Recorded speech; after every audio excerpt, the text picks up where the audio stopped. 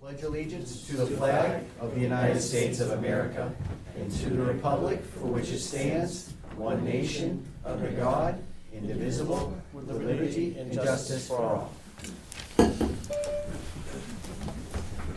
Thank you, everyone. Okay. So, first thing on the agenda is the dog hearing. This is a continuation. This was brought to us a couple weeks ago. A nuisance dog at 841 Brimfield Road, Lot 15. Okay. And the owner of that is Tracy O'Neill. Of the dog? Are you here? Yeah. Okay. How you doing? All right. Okay, you guys ready? Yeah. Okay, ACO is not here yet.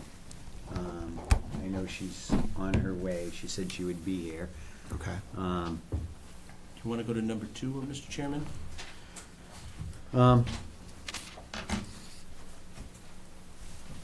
Yeah, because we kind of need the ACO to do a report of what was happening. And I know she's probably walking in any minute here. But number 2 is actually dealing with dogs too. It's the Reese Across America. Oh, Yeah, number 3 Yep. is. Yep, number 2. number 3 is the, with the dogs. Okay.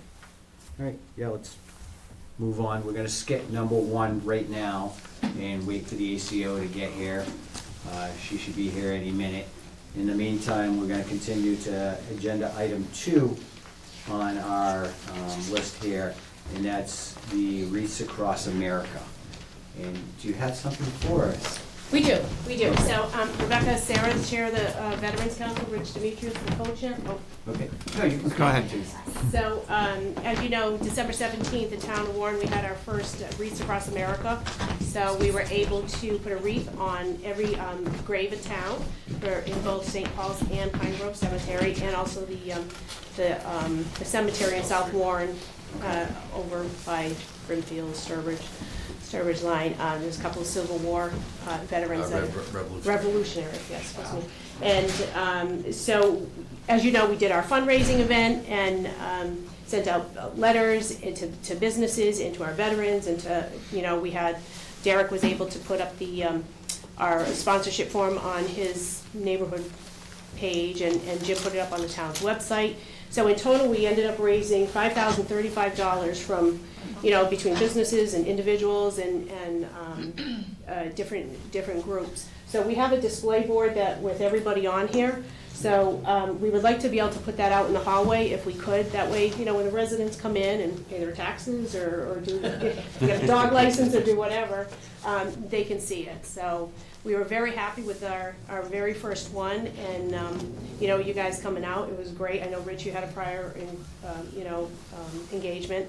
So, but we had a lot of support and a lot of great volunteers, and we're hoping to be able to do that again next year. So, It was definitely a great event. It was definitely impressive to see the turnout and all the people that cared about our veterans and stuff. And you guys did an amazing job organizing it and, fundraising for it and getting it going. And it made me very proud to be a part of our town, this community, and they really came together. And you guys did a great job. And yeah, I definitely hope we do it next year and many years to come. Absolutely. And I think that too, one of the things that we've always kind of stressed is try to get the younger generation involved. And we had the kids from Quabog and some other folks. And, I think I would hope that it resonates when you're standing in front of somebody's grave, that it really does hit home into what, the sacrifice that they did do for us. So, like I said, very grateful for the town of Warren and the residents and the business owners and certainly our veterans that all supported us for this endeavor. It was really good. It was wonderful. And Foster Hill Transport, we've got to give them a big shout out. They made sure that, located in West Brookfield, well, I know they're moving, but Randy Dews and Michelle from town, and they made sure that they delivered to the, Warren was one of their drops. So, and they also gave us a substantial donation, so. So thank you to everybody, and we're gonna be underway shortly with fundraising for 2023. And, you know, so we'll get some more information out. I think we have already kind of tentatively partnered with Parks Department again for another concert, so we'll get that information out as well along with Parks. And, you know, Very good. before you know it, it'll be December. Okay. Don't rush it too much. I know. So we do have just a display board with everybody's name on it that did donate, and, you know, again, with your permission, we'd like to put that up. Where are you gonna put it? Out in the hallway on an easel that we have, Oh, if okay. that's okay. Yeah. Yeah. I don't And have a actually, we problem have a PDF of it. Maybe I can send it to both Derek and to Jim, and you can put it up on Facebook and on the webpage. Okay? I think we're good with that. Yeah. Okay, great. Okay. Well, thank you very much. Thank you. Okay? Thanks, guys. Thank you. Okay. So back to agenda item 1, the continuation of the dog hearing at 841 Brimfield Road, lot 15. Believe we have all parties here now, and we'll start off by just recapping what happened 2 weeks ago, because Miss O'Neill was not here for that meeting, because the notification didn't get to her in time. So we wanted to make sure that she was present for the meeting, okay? So we're gonna recap on what was talked about before. We'll look at the videos that you sent, and we'll go from there. Before we do that, everybody involved in the dog hearing, can you please stand up and swear to an oath? Did you want to do the oath again? Or you want me to? You can do it this time. Okay. Okay, raise your right hand. Okay. Do you solemnly state, under penalty of perjury, that the evidence that you shall give in this matter shall be the truth, the whole truth, and nothing but the truth? Okay. Thank you.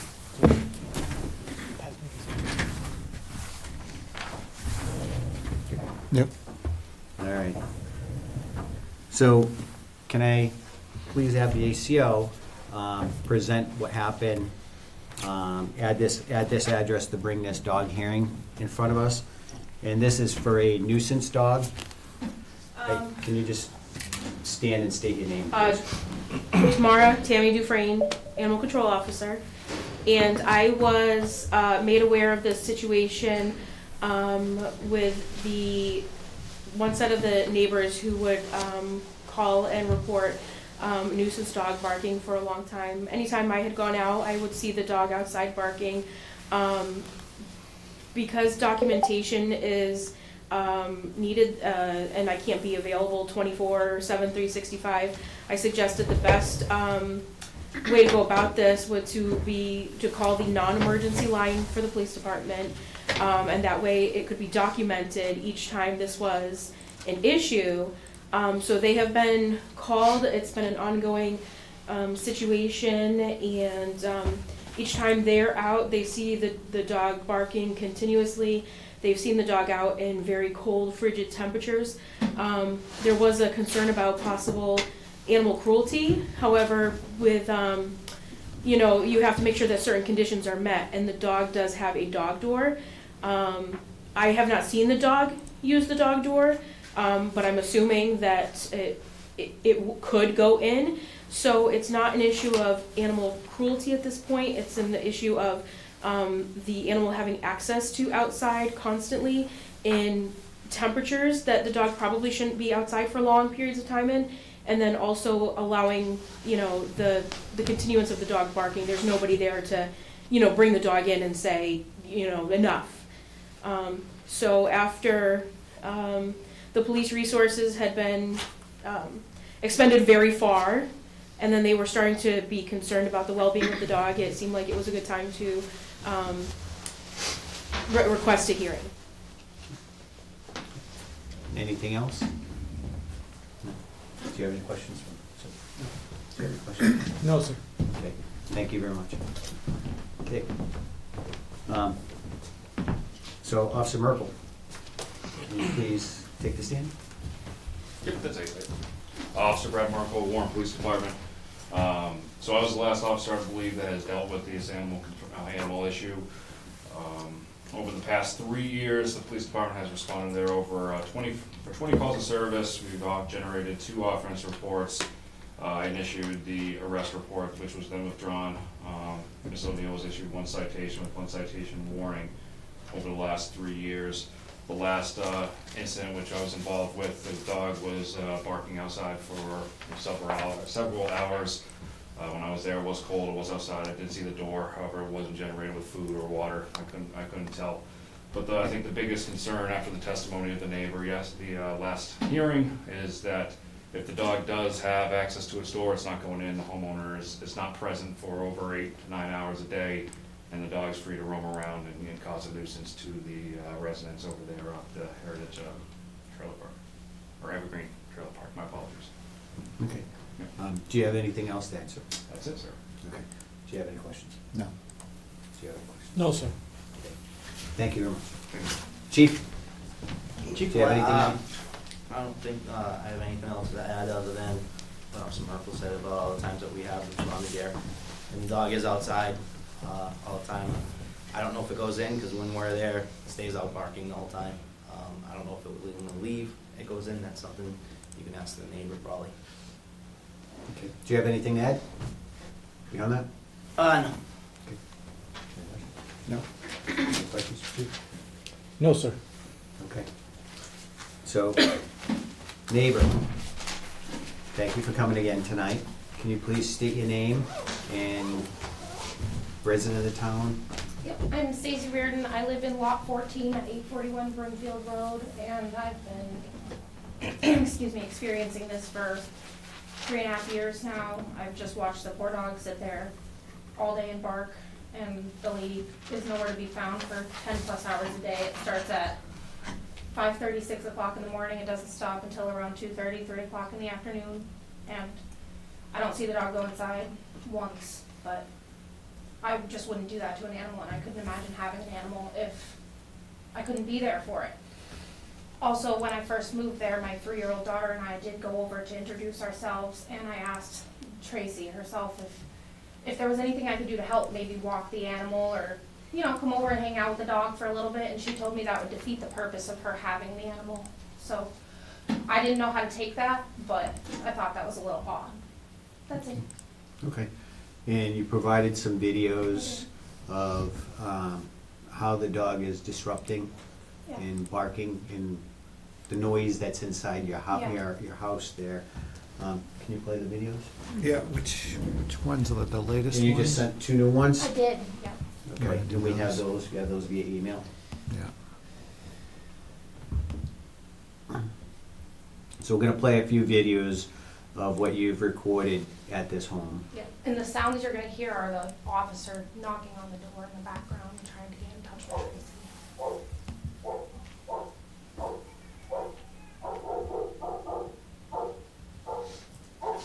It's as loud as it goes.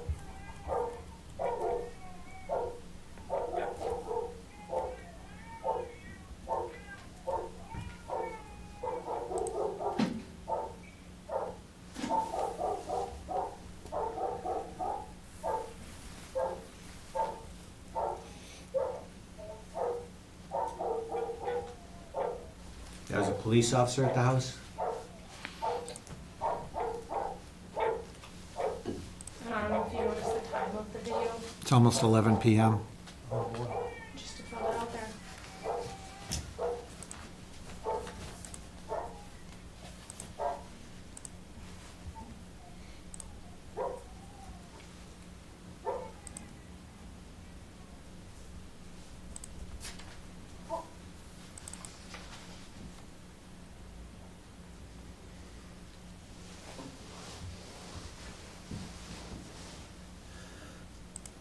So at that night, the officer, in the blotter, it said the officer spoke with the individual, the owner?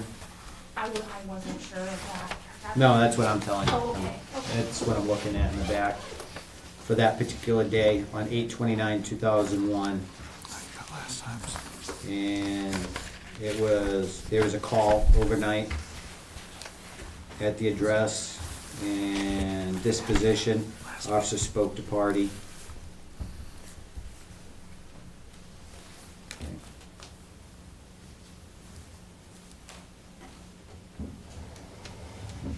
All right, do you have a number? Yeah.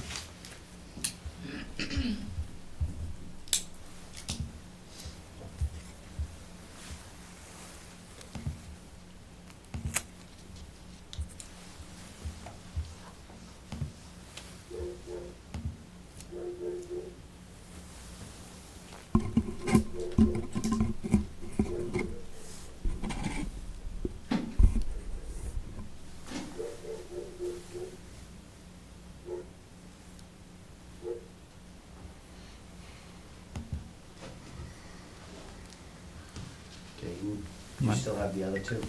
I should.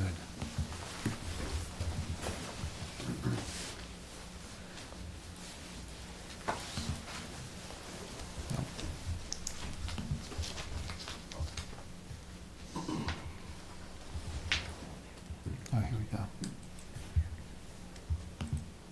Three.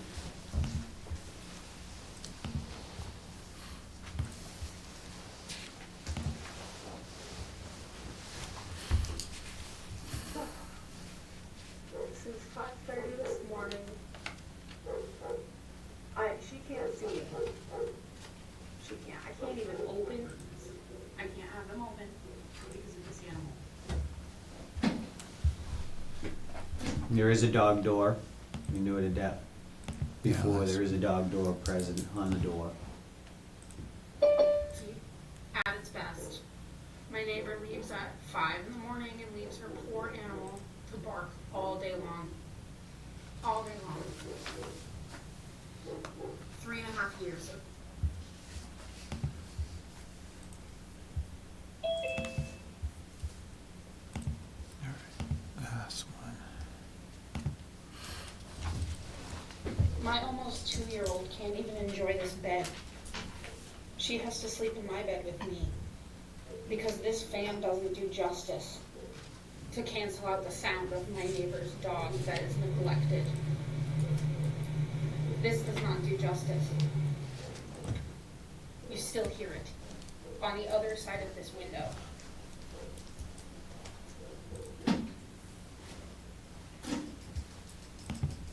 No, that's it. Okay. Do you have anything else to add, Nan? No. Do you have any questions for us? No. Do you have any questions? Just to recap, for how long has this been an issue? 3.5 years, since August of 2019. That's it, sir. Okay. And you live in the mobile park, I do. and have you brought it to the board? Yep. And have they done anything? So they didn't actually take any action, but the president of the board now, I don't know what his name is, I think it's Steve, but he told me it's out of his hands and there's nothing he can do. And that's when I went with Tamara, and that's when she started to help me out, and I got in touch with police officers and they were willing to help me. And so that's when I decided if it's out of their hands, I'll take it into my own. Great. Well, thank you. Of course. All right. Mrs. O'Neill, is it Mrs. or Miss? Miss. Miss O'Neill, can you please come up front? Sure. So now that you've seen the videos and you've heard what was said, do you have anything to say? I can tell you the whole story. 3.5 years ago, she moved in next door. Day one that I discovered she moved in, I came home from work, I was playing in my yard with my dog, which is completely fenced in, locked gate, doggy door. She said, "Your dog is scary and mean looking, and I don't understand why they allow vicious dogs to live in a kid-friendly neighborhood." And this is what it's turned into. Excuse me. Yep. We were They- told to tell the Yep, truth, stop. right? We'll ask you if you have something to say after she's done, then you'll have a chance, okay? Thank you. This has been an ongoing situation. I'm not saying my dog doesn't bark. Of course she barks when people walk by or somebody comes to my house. So if she hears my dog bark, she calls the police station, they come to my house, my dog barks because somebody's at the house. We've been through it with the park. I was there. If I can get them to make statements if you need to, she was told it's a personal issue. She is trying to say that my dog is neglected and not taken care of, and she's more than taken care of. She's not even at my house all the time. Has shared time with somebody else, who also comes and checks on her occasionally.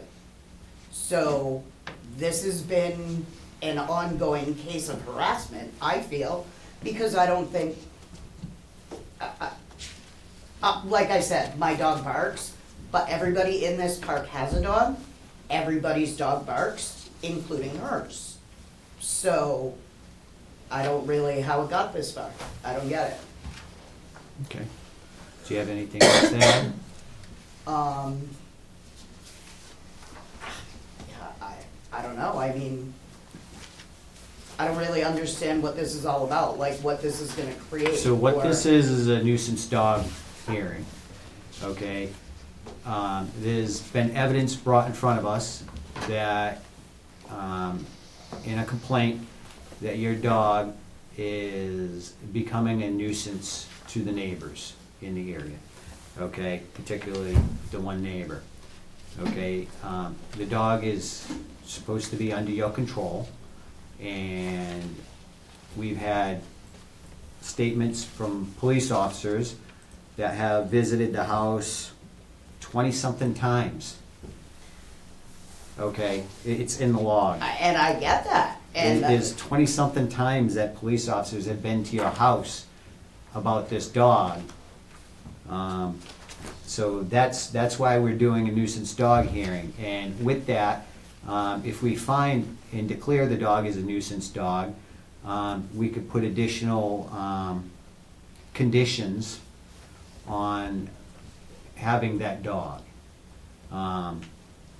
to mitigate the problem, okay? And I believe one of the conditions is fines after that, is that right? It's not a condition that you put on, that's a penalty. A penalty? I believe the first one is 500, the next one is 1,000.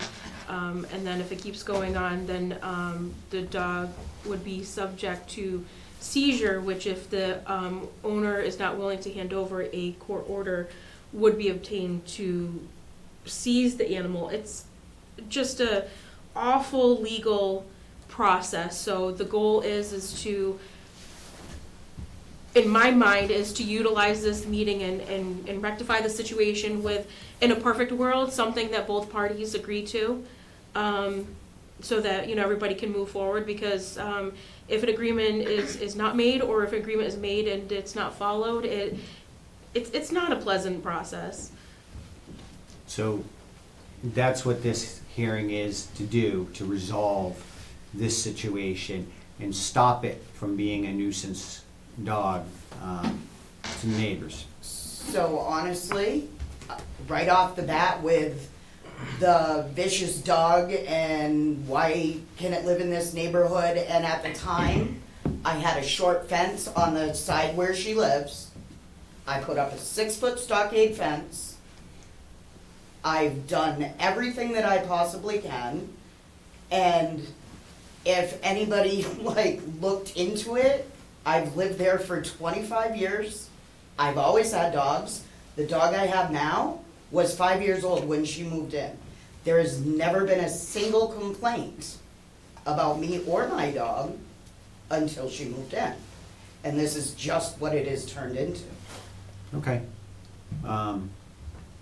With that said, you know, we received over 20-something complaints in the police department. It's tying up our police officers where they can't do other things within the community because they're dealing with a noisy dog. And I understand that, but they're all from the same person. whereas I have 20 other neighbors. Okay. But we're getting a lot of complaints, Okay. all right? So that's why we're here tonight, to listen to what we have for videos, listen to the police department, listen to the parties, and we come to a decision that hopefully resolves this for both of you. And then we don't have to have the police involved another 20-something times. And with a potential penalty of seizing your dog in the end. Okay, we don't want to do that. I have dogs. I would not want anybody to come into my home and take my dog either. And that's the last thing we want to do to anybody also. So we try to become a community and resolve these issues as adults. And that's ultimately the goal, because we all want everybody to live happy here in our community. And sometimes these little things cause a little frustration for neighbors, okay? So we have to resolve them, all right? So that's what this is about, okay? Do you have anything else to add, ma'am, for us? Yeah, I don't know, I guess I don't understand how one person can just keep repeatedly, she creates the dog barking by calling people to come there, and if she's saying I'm ruining the quality of her life, what about mine? Everything was fine until she moved there, and she's been to our board. They specifically said it's personal. Nobody else, she doesn't call on anybody else's dog that barks. Okay. I feel it's more personal, and that's, I understand the calls to the police department, and, I apologize, but that is what creates the dog barking also, so. Okay, is there a reason why the dog can't be in the house? The dog can be in the house. If she's outside, it's because she chooses to be outside. And Okay. normally she is in the house unless somebody comes there. So, All right. I know most of the reports that we've had, the dog has always been outside, and some of the complaints were concerns that the dog is being left outside, and they don't know if she actually has access to get inside the house. We see a dog door, but we don't know if it's unlocked so they can go in. Your neighbor actually testified that she has seen the dog go in the dog door and knows that the dog can go inside. But we didn't know that from what others have witnessed, okay?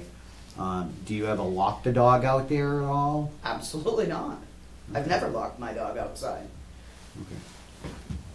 And also, I've never locked my dog inside. So, she has the ability to go in and out. Okay. All right. Do you have anything else to add? I'm good. Okay. Do you have any questions, sir? Do we have anybody from the association or the board or? The parks, for the mobile park? A board member here? Is there anybody here? I did get in touch with them. They were unable to make it tonight. I also had 2 other neighbors that were also complaining about the animal and have called as well about the animal, but they weren't able to make it Okay. tonight. They are at work. So Okay. there are other neighbors that do complain, and if I do have the floor for a moment, I never called their dog Well, vicious. I'll give you that in a minute, Sure. okay? Is there a record of anybody else complaining on the, on the logs? or- Officer Merkel, do you guys have a record of any other residents complaining? We'd have to pull the numbers. Everything shows up, it just shows the name. So when I ran it, reference Miss O'Neill's name, it will just basically show how many calls have gone there with her name, To the generate actual a call location. number. Then it doesn't actually bring up the person's name unless we select that option, or if it was put in at that time. But, in conjunction to what Ms. O'Neill is saying. When I've driven through, some other dogs do bark in the park. However, it's not when I'm driving in front of the house or it's in the house. Where I witnessed it, I could hear the dog as soon as I pull into Evergreen, which the way it's set up, it's in a square. Hers would be the back right corner if it's set up like this. Her house is here, entrance is by Brimfield Road, so it's a little bit of a further entrance into the park. So now whenever I come in, I roll my windows down so I can hear what's going on. Because how I will generally issue or respond to a noise complaint, I park in several different areas with my lights off to see if the noise will continue and then document the time. So do you find that that's rare, occasional, or frequent? I mean, I would say if the dog was outside and it was barking, the dog's gonna be outside and it's barking. But how often? Obviously, if you drive by, the dog is gonna bark if it's outside, but however, it was barking the times I was out there, not in front of the residents. Okay. Do you have questions? No. Do you have any questions, sir? Not there, sir. I'm looking for something. Maybe Jim has a question. Before. No. Okay. If you have nothing else to add, ma'am, you can take a seat. And, ma'am, you have something to Yeah. rebut? I just wouldn't offer to walk a vicious dog, and I never ever said that her dog was vicious and that it needed to go. Never said that. When the first day I met her, I was very friendly. I had my 3-year-old daughter next to me. If I was afraid of the animal, I would not offer to walk it with my 3-year-old daughter. That's it. Thank you. Of course. Do you have anything to follow up on that? ma'am? No? It is what it is. She's gonna say what she wants to Okay. say. Thank you. You said what you needed to say. Yep. All right. Do you have any questions at this point for any of the witnesses? No, I don't think so. Do you have any questions for any of the witnesses? For the owner of the dog. Yes, Ms. O'Neill, yes. can you please come up? So It's kind of hard to see you way back there. Yeah, sorry, I'm sorry. So this has been more than a 3-year issue. Has been any effort of why the dog is barking all day? So, I don't believe my dog does bark all day. And I am there, obviously I have a job and I work long hours. But when I am there, she's never even outside unless the car pulls into my driveway. Which again, I feel every time my dog does go outside, if she barks for a minute or two, she barks for a minute or two. But then she immediately calls the police department, which creates her going outside and barking. So have you been at home when the police went to check out the dog? Never. She only calls when I'm not home. Did you know that the police was at your home because of the dog They- barking? Somebody left a business card a couple months back, and I actually went down to the police station. And they said that they had been up there, and the doggy door was open, and the dog wasn't outside. So other than that, I haven't really had contact. She only calls when I'm not home. Thank you. So, One, go ahead. you can sit down, it's for, sorry, I forgot your name. Stacy. Stacy. So Stacy, is it true that, from 8 hours, how many, the dog is barking? For how long is the dog barking, and does it really go all day? It goes all day. I have Non-stop? witnesses. Yep, my neighbor in lot 16 he was happy to be here, he just wasn't able to be. His wife isn't doing very well, so he wasn't able to be here, but he was happy to. Does the Witness for dog that. bark when she's at home? No, not at all. Not when she's home. I think the dog needs attention. That's my assumption. Which I was happy to help. On the previous meeting where the owner of the dog wasn't here, you mentioned that you offered her to walk the dog? I did. Yep, myself and my 3-year-old daughter at the time, who is now almost 7. I offered to walk the animal, and she said that would defeat the purpose of me having the animal. In her words. Thank you very much. Of course. Okay. Did a quick research, 3 other complaints with an Okay. unknown party as So well. 3 other complaints from unknown? And, Ms. O'Neill, Yes. I've been looking through the police reports for a lot of these, and a lot of them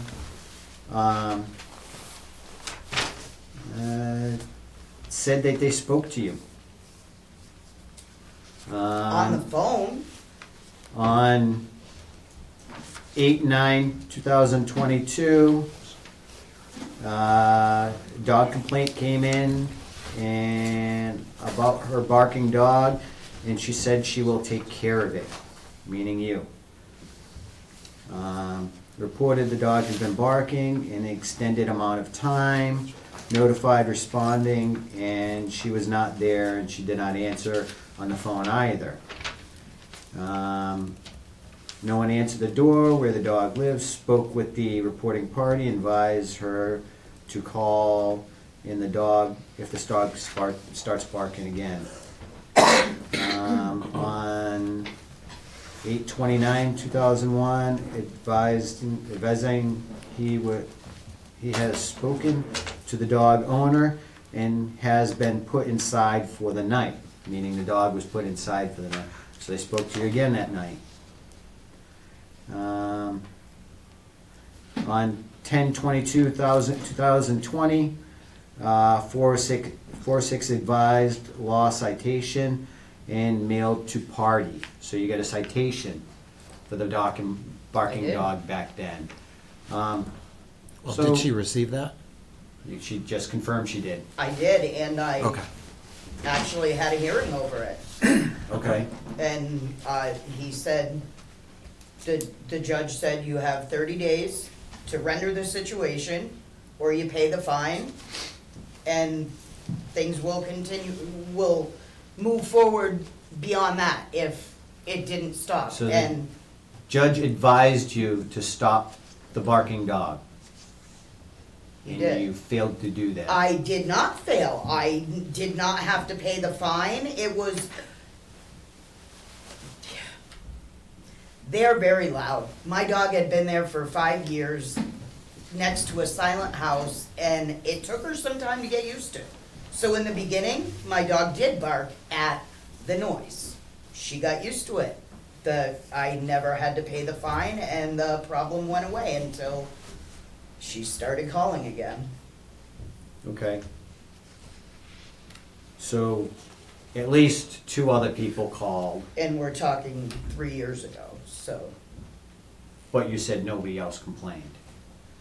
not that I had known of. I've talked to the park members We have a and, police officer that has driven through there, and upon entering the park, he's hearing your dog bark.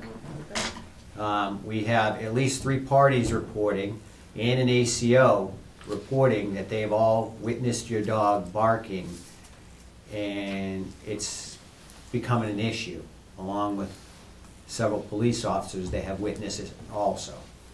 Okay, and we have several police reports and over 22 responses to, 22?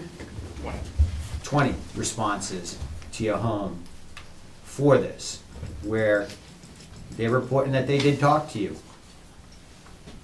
Not all of them, a lot of them you weren't there. I mean, in But the you've few been notified years- that this is a problem.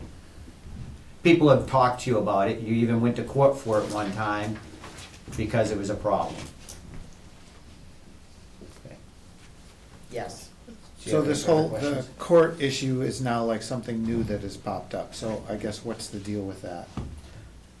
That's for the courts, if you paid your fine, right? I did not have to pay the fine. Okay, you didn't have to They pay the fine. continued it for 30 days, said, So after 30 days, the dog was good and You didn't have to pay the fine. Exactly. She takes little bits and pieces and puts it together, and this is where I ended up, because I don't know, it's personal, I feel, and if everybody else was complaining, the board of the park, we had a meeting a couple months ago, and they straight up said my dog was not an issue. They felt it was a personal situation, and she had to deal with her personal issues. Okay. Is that on the minutes? Oh, minutes of the board? Yeah. That would be good to get a copy of. Also, when was this hearing? And it was the Well, result it of was a complaint? citation issue. It was a So it's citation like 3 years ago, when this very first started. That was on, what, 2020?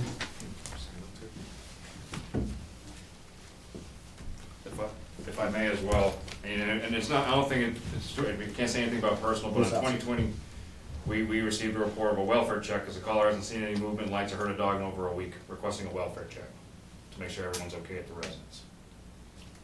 Okay. So, I did. calling party, Stacy Reardon, I called a welfare check for the dog. and whoever the residents at the property. Or was that, because I do have a neighbor across the street named Keith, and I did call a welfare check on him. Okay, ma'am, Yes. you gotta talk directly to us. Oh, I'm You're sorry. not directing Oh. you're not to address witnesses directly, Oh, okay? If you have a question, you could ask us a Okay. question when we give you the time. Okay? Thank you. All right. Thank you, Officer Merkel. Yes, sir. Do we have any record of that hearing? No. Chief, do you have any record of the hearing for the citation? Do you have a citation? I do have, the citation number was 4238. It was issued. Then she was also issued a citation warning. In one of the offense reports I was looking through, though, there was a point where the Board of Selectmen were notified prior to, back in, I believe it was 2020. So it was brought up to the Select Board at some point over this period of time. And if you guys wanted to have copies and look over the offense reports, you may. We have them. You have them all? Okay, I'm sorry. Yep. We get those in our packet. Okay. All right. Yes, sir. Two things. What about that meeting that they had at the park? Do they have minutes from that meeting? Can we I can request look those? into it. I'm sorry? I can look into it if they have that. We should look at those meetings. Who's the chairman of the board on the park? Anybody? And the second thing I wanna say, just to be clear, we're all here are dog lovers, 200%. And in the past, when we had a complaint because if a dog is barking and barking, it's because we are worried about the dog, more than, oh, it bothers my ears, so to speak. So I can just keep that in mind, to the board and everybody here. We're not against dogs, all the opposite. We're here because we love dogs and we're concerned about them. So we're trying to fix this, because if I talk all day, I would go bad. Same for the dog. If it barks all day, it's not good for the dog. I believe. Okay. Did you have something else? No. Okay.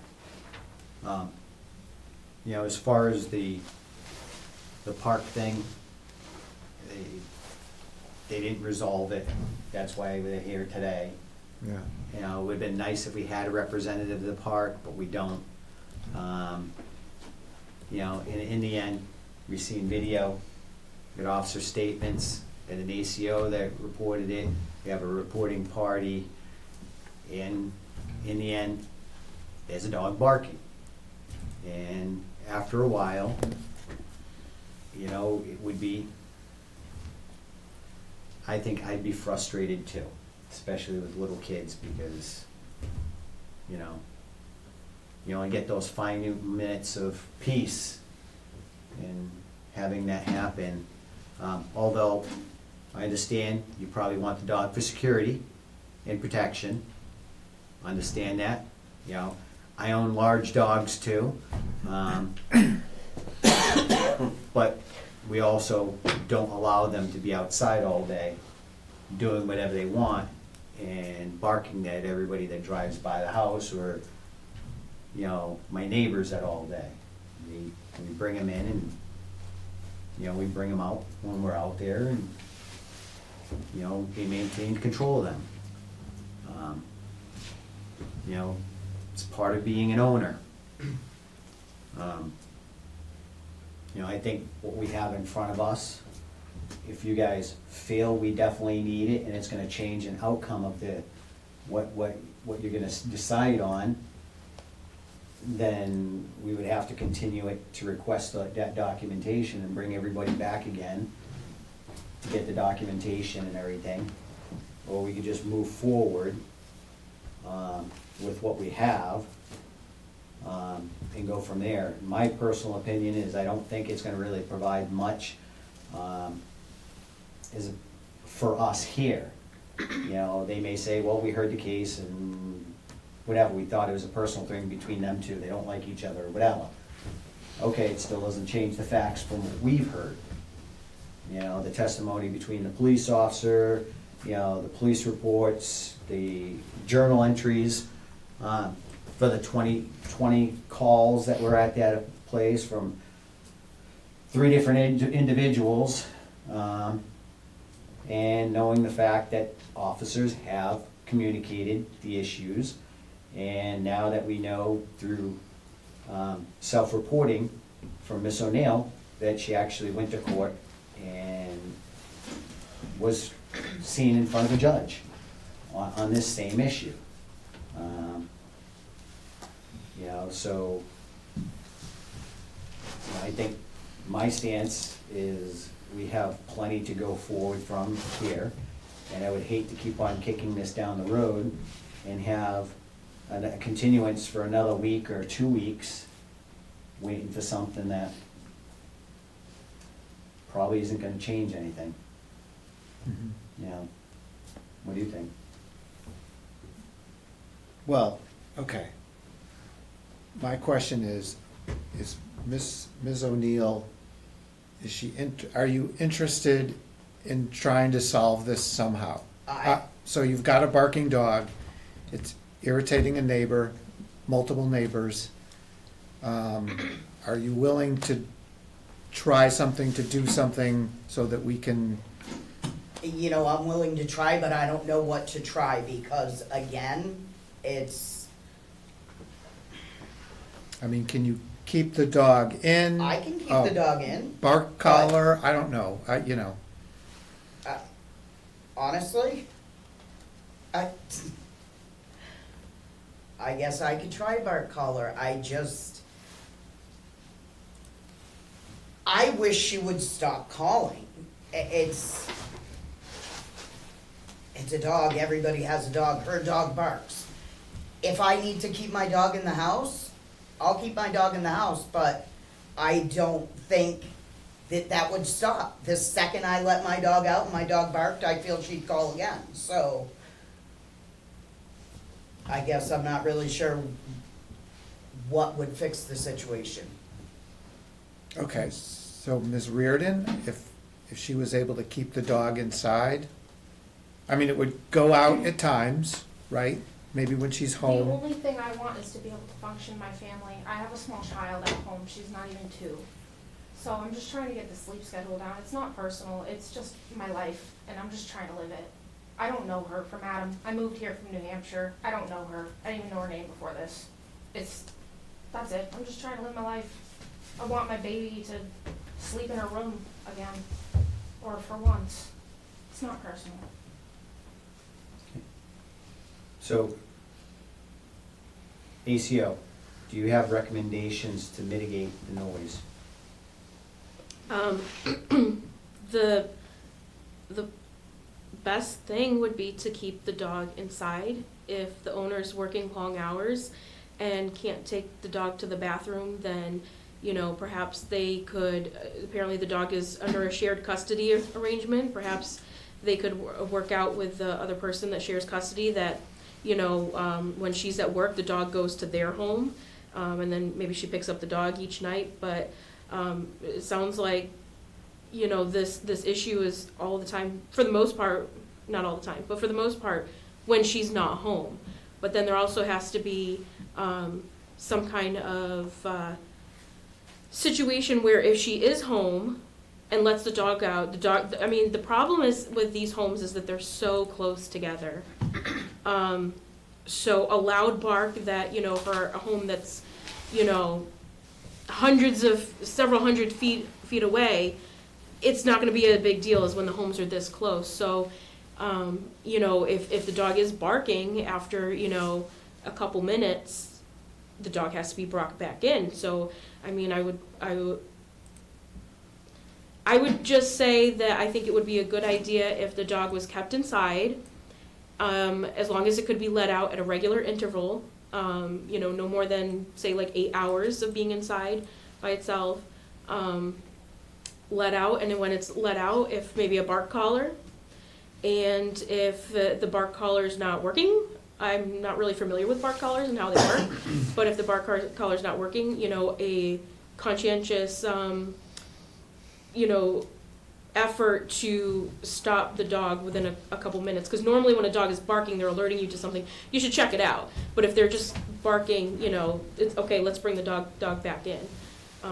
So those are just some of the thoughts that I have, but you know, it just needs to be clear that those are orders that are made and something that can be followed up on, and then if the orders are not followed, something that, you know, documentation can be shown that the order was not followed, versus like, you know,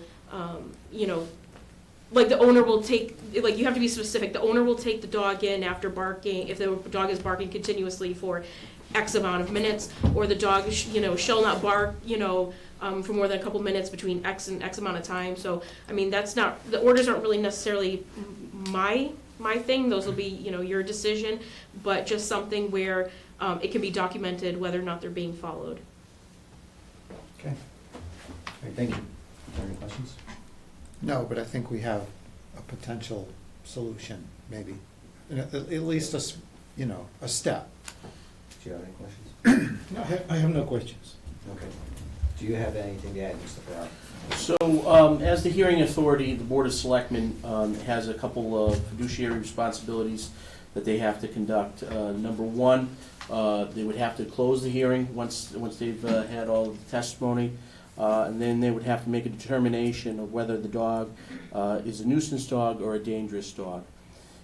If the hearing authority declares that it's a nuisance dog, as recommended by the ACO, the hearing authority has the option of putting some conditions on, and some orders on the nuisance. And those orders could be, you know, for example, the dog remain in the house from the hours of 8 p.m. to 8 a.m., you know, Monday through Friday, specific orders, so that those orders can be observed by the enforcement agency, this being the police officers, so that they have specifics as to if these orders are being upheld. And then if there's a further complaint, then the board could, you know, hear the complaint of not complying with the orders. So the first thing to do is to, then would be to close the hearing, and then make a determination whether the dog is a nuisance or a dangerous dog. And if it's a nuisance, the hearing authority has kind of broad authority as to what type of orders they would like to put on to kind of correct this problem. Thank you, sir. Yeah. Yes, sir. 2 questions for the owner of the dog. What time do you leave for work? It depends, probably 6 o'clock. What time do you come back? Again, it depends on the day, anywhere from 3:30 to 6 o'clock. Thank you. That's it. Okay.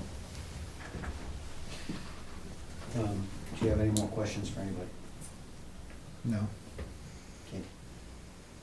No more questions for witnesses, either of you? No. Okay. Do any of the witnesses have anything to add?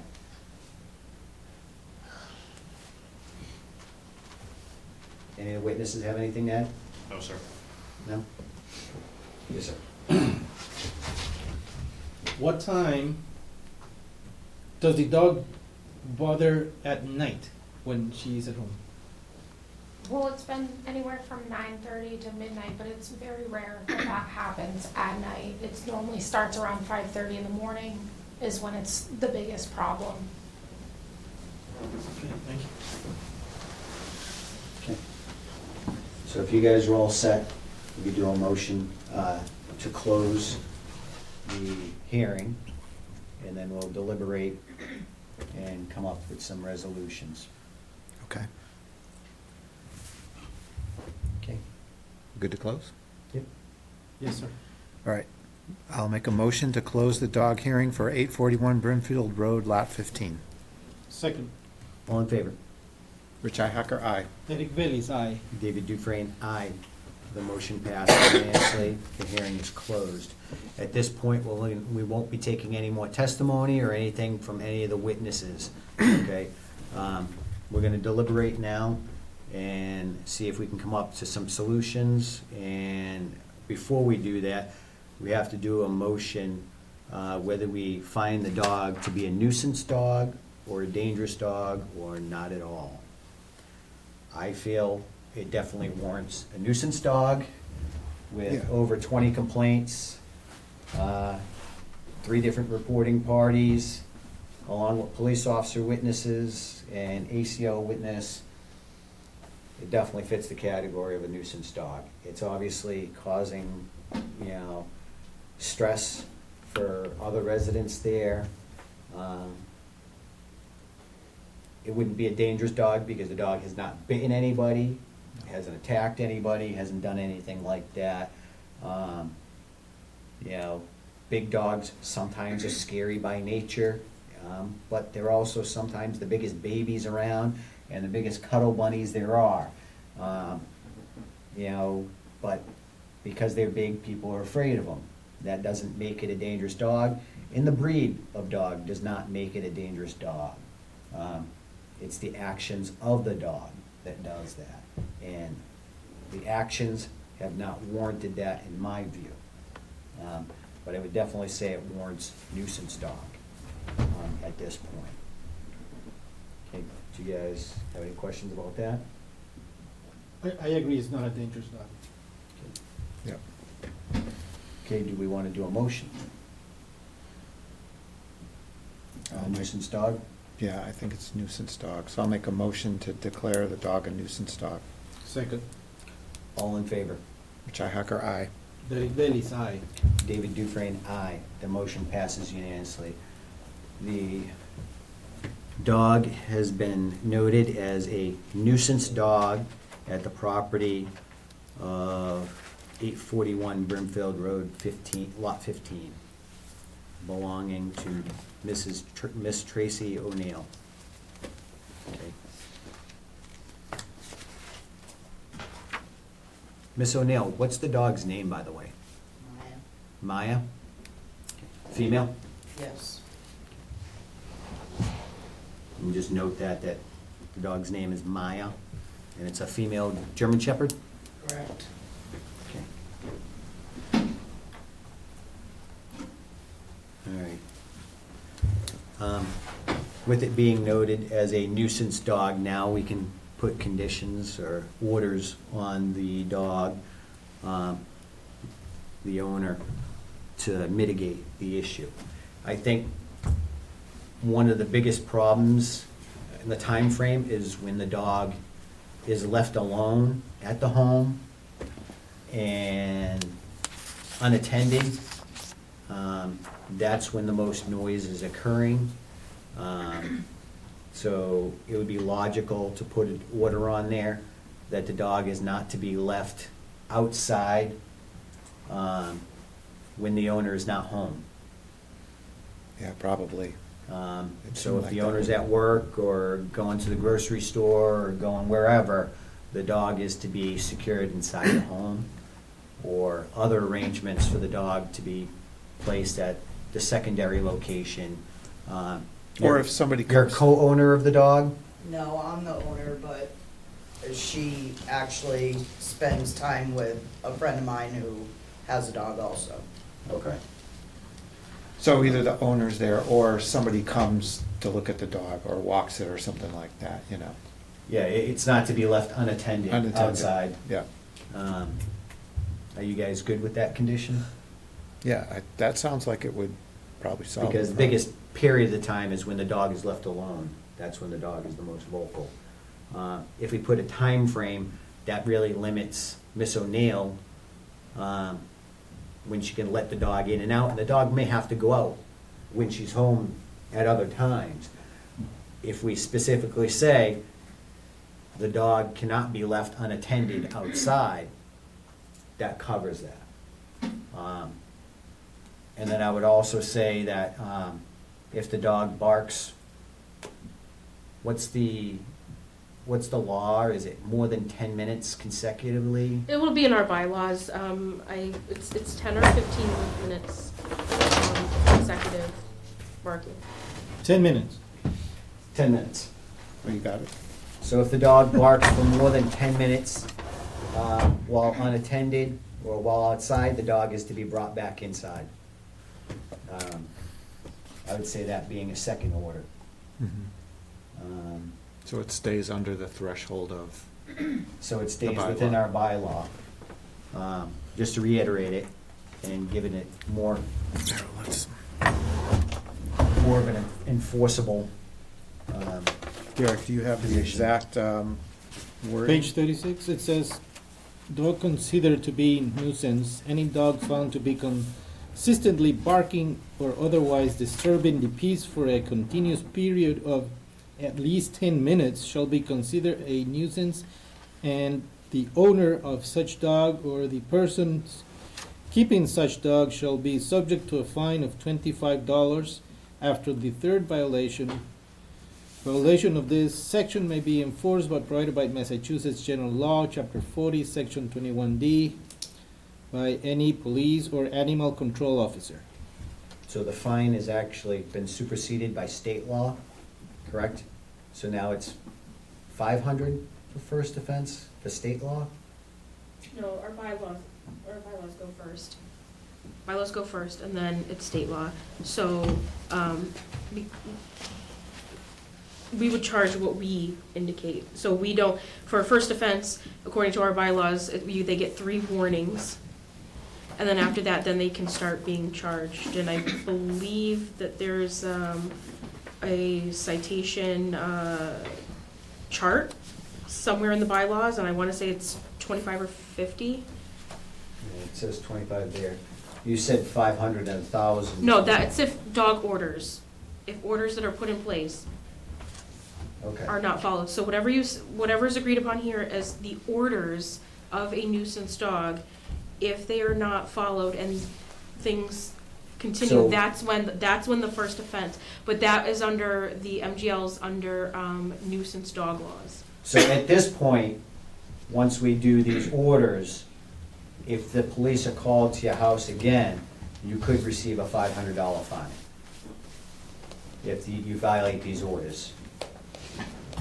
The second offense would be a $1,000 fine, and then it just stays 1,000?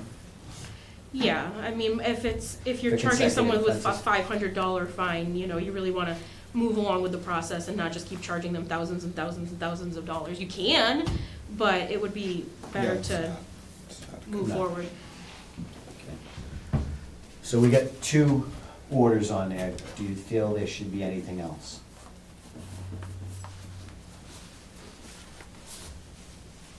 Do we want to do anything with a Bar bar collar? collar? Um, I mean, we could see how this goes first, and then Yeah, I would say, I mean, she stated that when she's at home, the dog doesn't bark. right, it doesn't bark, and, I think a bark collar, again, we're not really a whole lot familiar with it. No. Some dogs they work with and some dogs they don't. What about, Some dogs, we have a dog that, we have an electric fence, it's an invisible fence, and she'll take the shock. yeah, She, yeah, I've she has heard. no problem with it, she'll take the shock from it, and she actually likes it. It's kind of weird. But, you know, some dogs that really bothers, so it works different with different dogs. What yeah. about, just training? Is there, you know, I don't know, anti-bark training, Obedient training. obedience training, something? We've given that condition before, but, you know, typically, it was more of a issue with lunging at people and Yeah, being aggressive towards other dogs, and, you know, there was more of a socialization type thing, or mhm. anything else. Tammy, do you have any more recommendations? No, I don't, for this situation, I don't think training would, it can be very expensive to go to training, and it can be very difficult to find a trainer, and, the issue is just to prevent the barking. That's the best thing. Yeah. And I think the biggest problem at hand is just the dog being unattended for long periods of time, and it being out there to bark. It's doing what a dog does. Not saying it's a bad dog, it's just the dog's barking, and it's interrupting other people's lives. Mhm. You know, I think the two conditions that we put on there would pretty much resolve those. Sounds like it. You know, they're gonna take away, you know, that the dog will be outside, unattended. And if the dog's barking for more than 10 minutes, the dog is to be brought in. So it meets our bylaw. And, you know, to be honest, 10 minutes is a long time, but it's not hours. Mhm. Um, And it's what we've established as a bylaw, so. Yes. And dogs are gonna bark no matter what, and they're gonna go out there and do their business, bark a few times, Mhm. and at that point, if the dog's still barking, you bring it back in the house.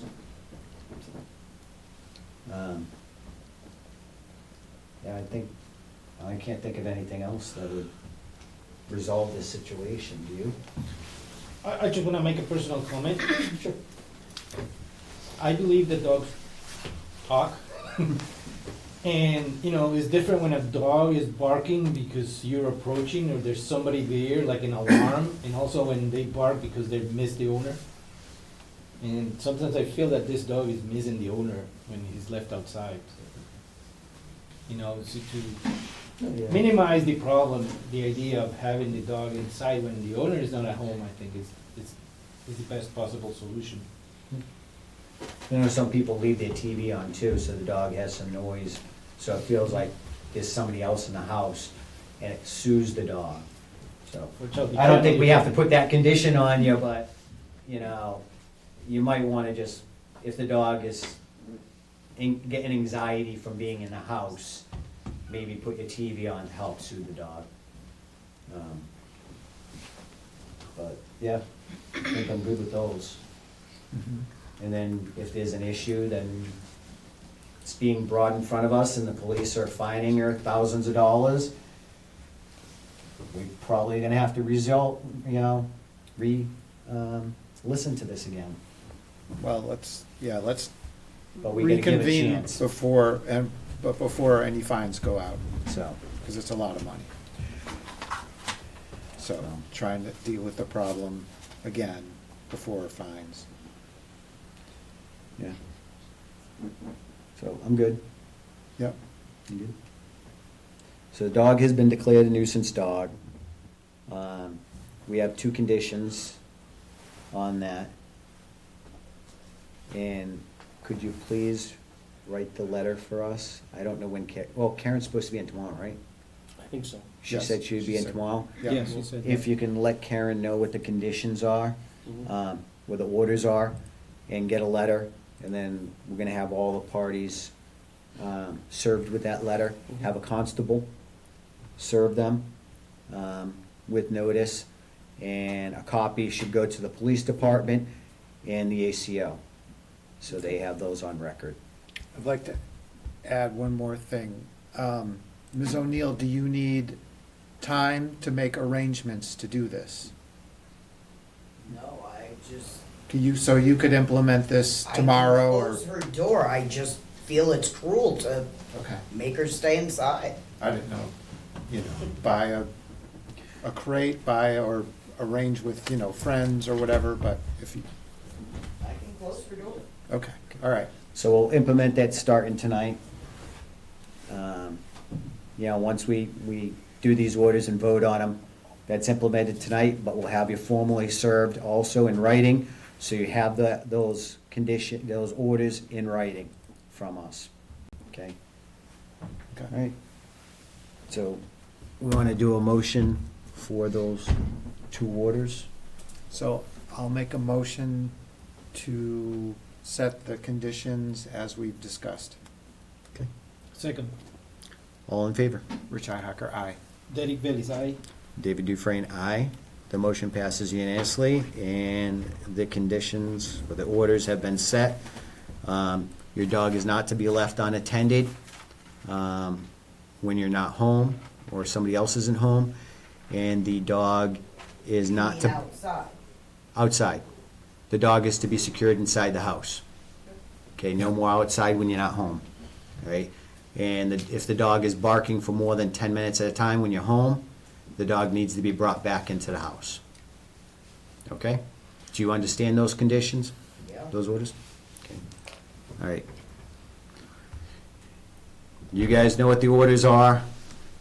We'll get you a formal copy of it, and we'll go from there, and hopefully this resolves the issue. Okay? So that concludes the dog hearing part. If you have anything further, if you have any more concerns or anything, feel free to call the ACO or the police department. That's your prerogative, but you know what the conditions are. She's allowed to have the dog out there for 10 minutes. If it barks, it barks. It's a I Uh-huh. dog. can deal with 10 minutes, I can deal with an hour, but I can't deal with Our hours. bylaw says 10 minutes. So, okay. Thank you very much for attending the hearing. If you want to hang out more, you can. But if not... Okay. All right, moving on. The next thing is...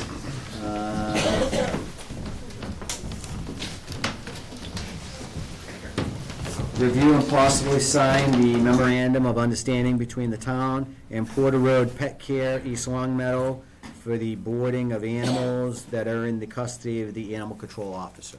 Who just left? Yeah, That's all right. yeah, she's good with it. Yeah. Okay. She read it.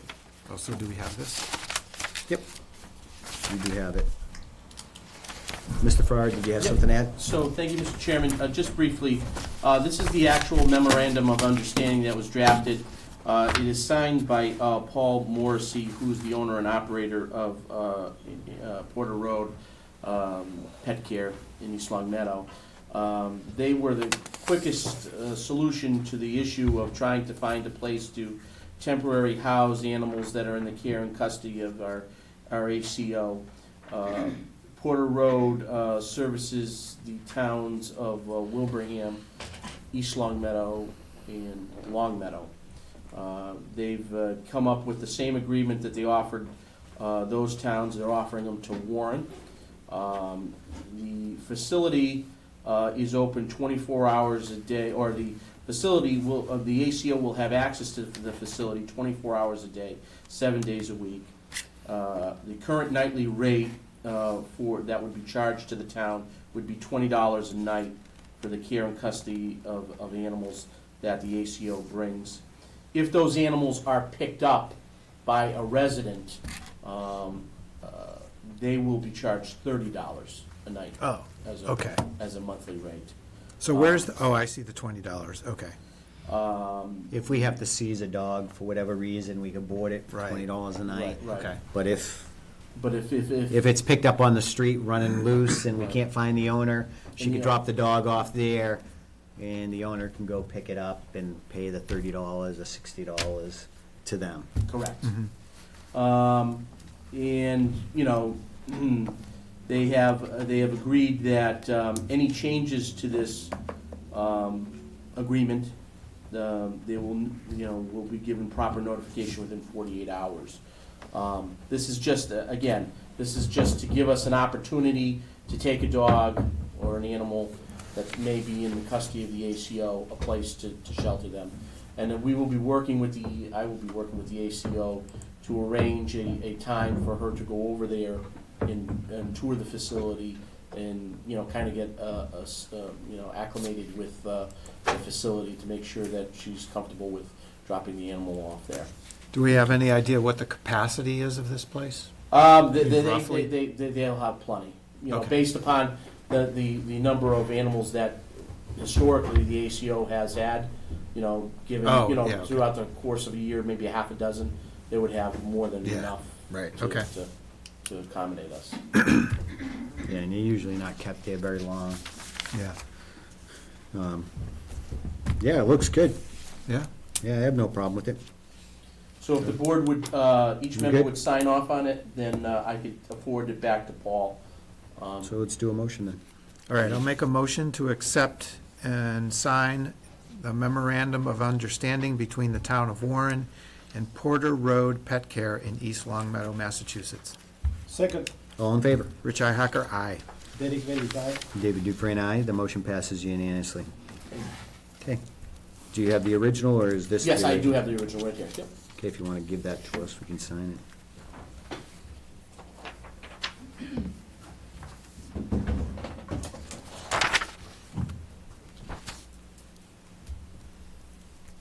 You're up next.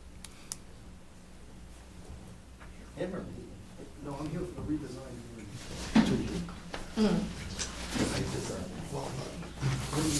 Town common, are you? So Derek, do you want me to, do you want to? I'm gonna do it. That Just let building me- and the building next to it. Yeah. Igor, you go back You put your 2 dots on there? It's getting better. Yeah, you added more of a line this time. Thank you, thank you. Waiting for your signature to just be like, Yeah. what's that? Oh, that's Rich's signature. All right. So we're done with that. Very good. Next thing in the agenda is discussion of the town's application for community development block grant funds for Phase 2 of the School Street Improvement Project and for possible project design costs for future improvements to the town common in consultation with Parks and Recreation Department. Okay. Mr. Dunphy, you're up. Good evening, my name's Christopher Dunphy, I'm a principal planner with the Central Massachusetts Regional Planning Commission. For, I guess, well over 20 years now as a regional planner, I've been working with the town of Warren and the appointed Community Development Advisory Committee. We have a couple members with us this evening. And we try to develop and manage projects that we feel are within the best interest of the community and that meet the guidelines of the grants that we pursue. And, you know, over the years, a countless number of infrastructure projects, senior center improvements, park improvements, and just a number of things. So over this past year, under the leadership of Jeremy Olson, serving as our now current chair of the Community Development Advisory Committee, we've had numerous meetings leading up to a potential grant application that is due on March 3rd. And that's the Community Development Block Grant application. So that has been our primary mission over the years, is to develop and manage and watch over projects that fit within this Community Development Block Grant program. Albeit that our mission has kind of grown a little bit more with the advent of more grants that seem to be becoming available. So we'll weigh in and we'll look at these grants and we'll provide recommendations to the town administrator and to the Board of Selectmen, like the One Stop for Growth program, or, perhaps covert programs. And so, we're there to serve as an advisory committee and provide recommendations to the Board of Selectmen. So over this past year, we've had numerous discussions about advancing efforts in what we're referring to as the School Street neighborhood. Okay, this is an initiative that started, over 10 years ago with a planning project that identified a whole bunch of needs within that neighborhood. The need for new water mains, improved sewer, streets and sidewalks, and stormwater drainage. And we've been trying to, since that time, almost put together a puzzle. Lombard and Moore, Quabog Street, and School Street. And prices are escalating. And we're no longer able to do like a whole street now as part of one grant cycle. So consequently, the School Street project had to be phased. Phase 1 is addressing water lines and some minor sewer improvements, and there's a large retaining wall that needs to be reconstructed. So that we're funded for. And actually, we have bids that are going to be opened in the town administrator's office on February 2nd. So we're very excited about that. The opening of those bids, if they're on budget, will actually give us a final look at what we should actually be pursuing as part of Phase 2. So the Community Development Advisory Committee is advising to the Board of Selectmen that we do indeed pursue Phase 2 for most of the surface improvements of School Street as part of that application. Now, there'll be a formal public hearing for this on February 16th, and of course, we invite the public to attend and weigh in on that, at which time the board will have a final say as to what's advancing as part of that grant application. But the School Street Improvement Project will be one of the projects that the committee is recommending for that grant application. The other project that we're very excited about, and actually it was Jeremy here as the chair that has sort of championed this project. I sit here and I look at that map that sits behind you, and we're saying, wow, our town center is not as vibrant as it could be. And we're looking at the town common as a means to try and sort of harness what this town is about and breathe some life back into it. And we think, and after meeting with the Parks Commission and having multiple discussions with the advisory committee, that there's a functionality problem, and consequently, it doesn't get as used as much as we think it could. Would you like to add a little bit to that, Chairman? Because you actually were a big proponent of this. Yeah, Jeremy Olson, Community Advisory Committee Chair, also Highway Surveyor, Tree Warden. Obviously, I've been involved in a lot of projects over the last few years, and the one thing I see is I see our community starting to be more active. COVID, I think, kind of pushed everybody down, and then since then, there's definitely been an emergence of people wanting to attend events and put on more, different options of, whether it's bands or whether it's like sales and bake sales or farmers markets and stuff of that nature. And I really felt like we don't have a spot in town that's central and visible to what our community needs.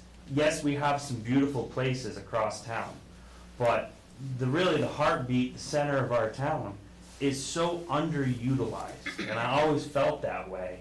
And just trying to picture what we can do to start to really revive that area. The idea came across, it was the board, you were part of this too, the discussions you were having about the town common. And like I said, that motivated me to really look deep into it, and I got involved more so with the committee, brought it to them. And it's been so active in the fact that I think there is definite possibilities there where we can, make it that bright spot in the middle of town. When you drive through the center of our town, you can't even help yourself, you're gonna have to look. And then all of a sudden, whoa, there's a crowd of people there. What are they doing? Oh, that looks neat. Let's stop and check it out. And so, yes, we do advertise our events, And we do get some good turnouts to some things and not so great for others. And a lot of it is because advertisement is only part of it. Those get the people that plan on going to an event. But there's a lot of people that, well, they've got nothing going on, and wow, look at this, now I can see the event. Where we hold our stuff, you don't see a lot of it. You see it in the middle of town.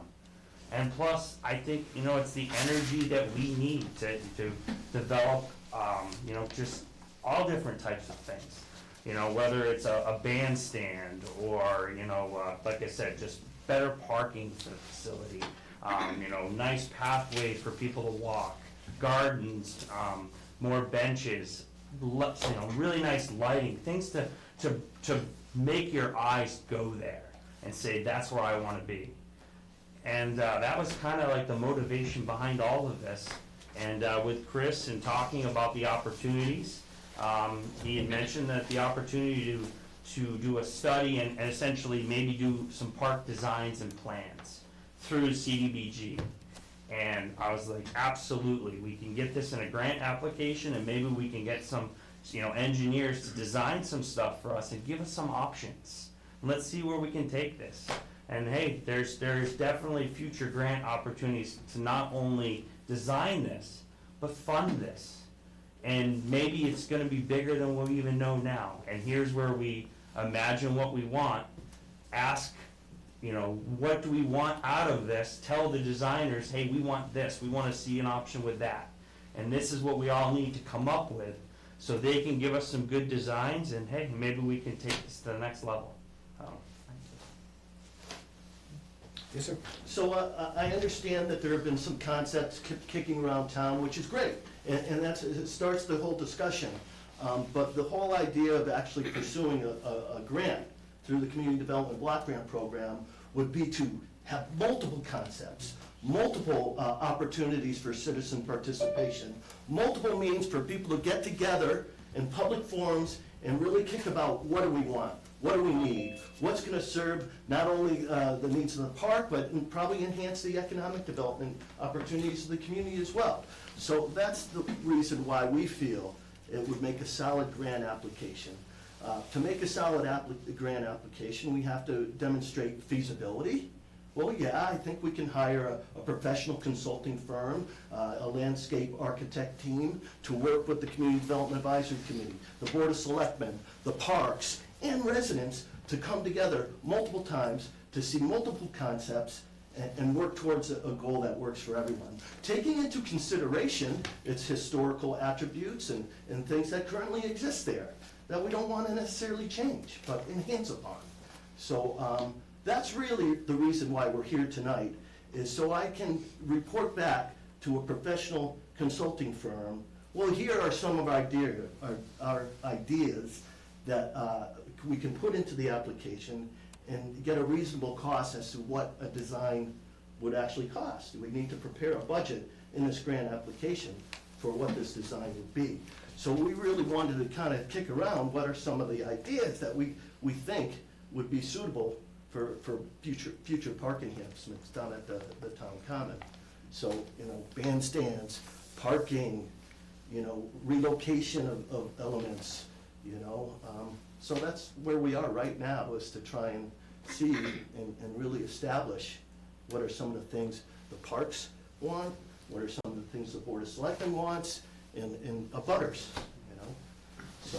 So I'm actually very excited about this, because we've been talking about this for a while, and it came up, and I think this is one of the keys that we need to revitalize our town center, okay?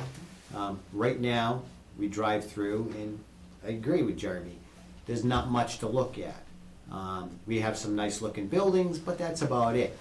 You drive through West Brookfield, and what do they have? They have a beautiful common.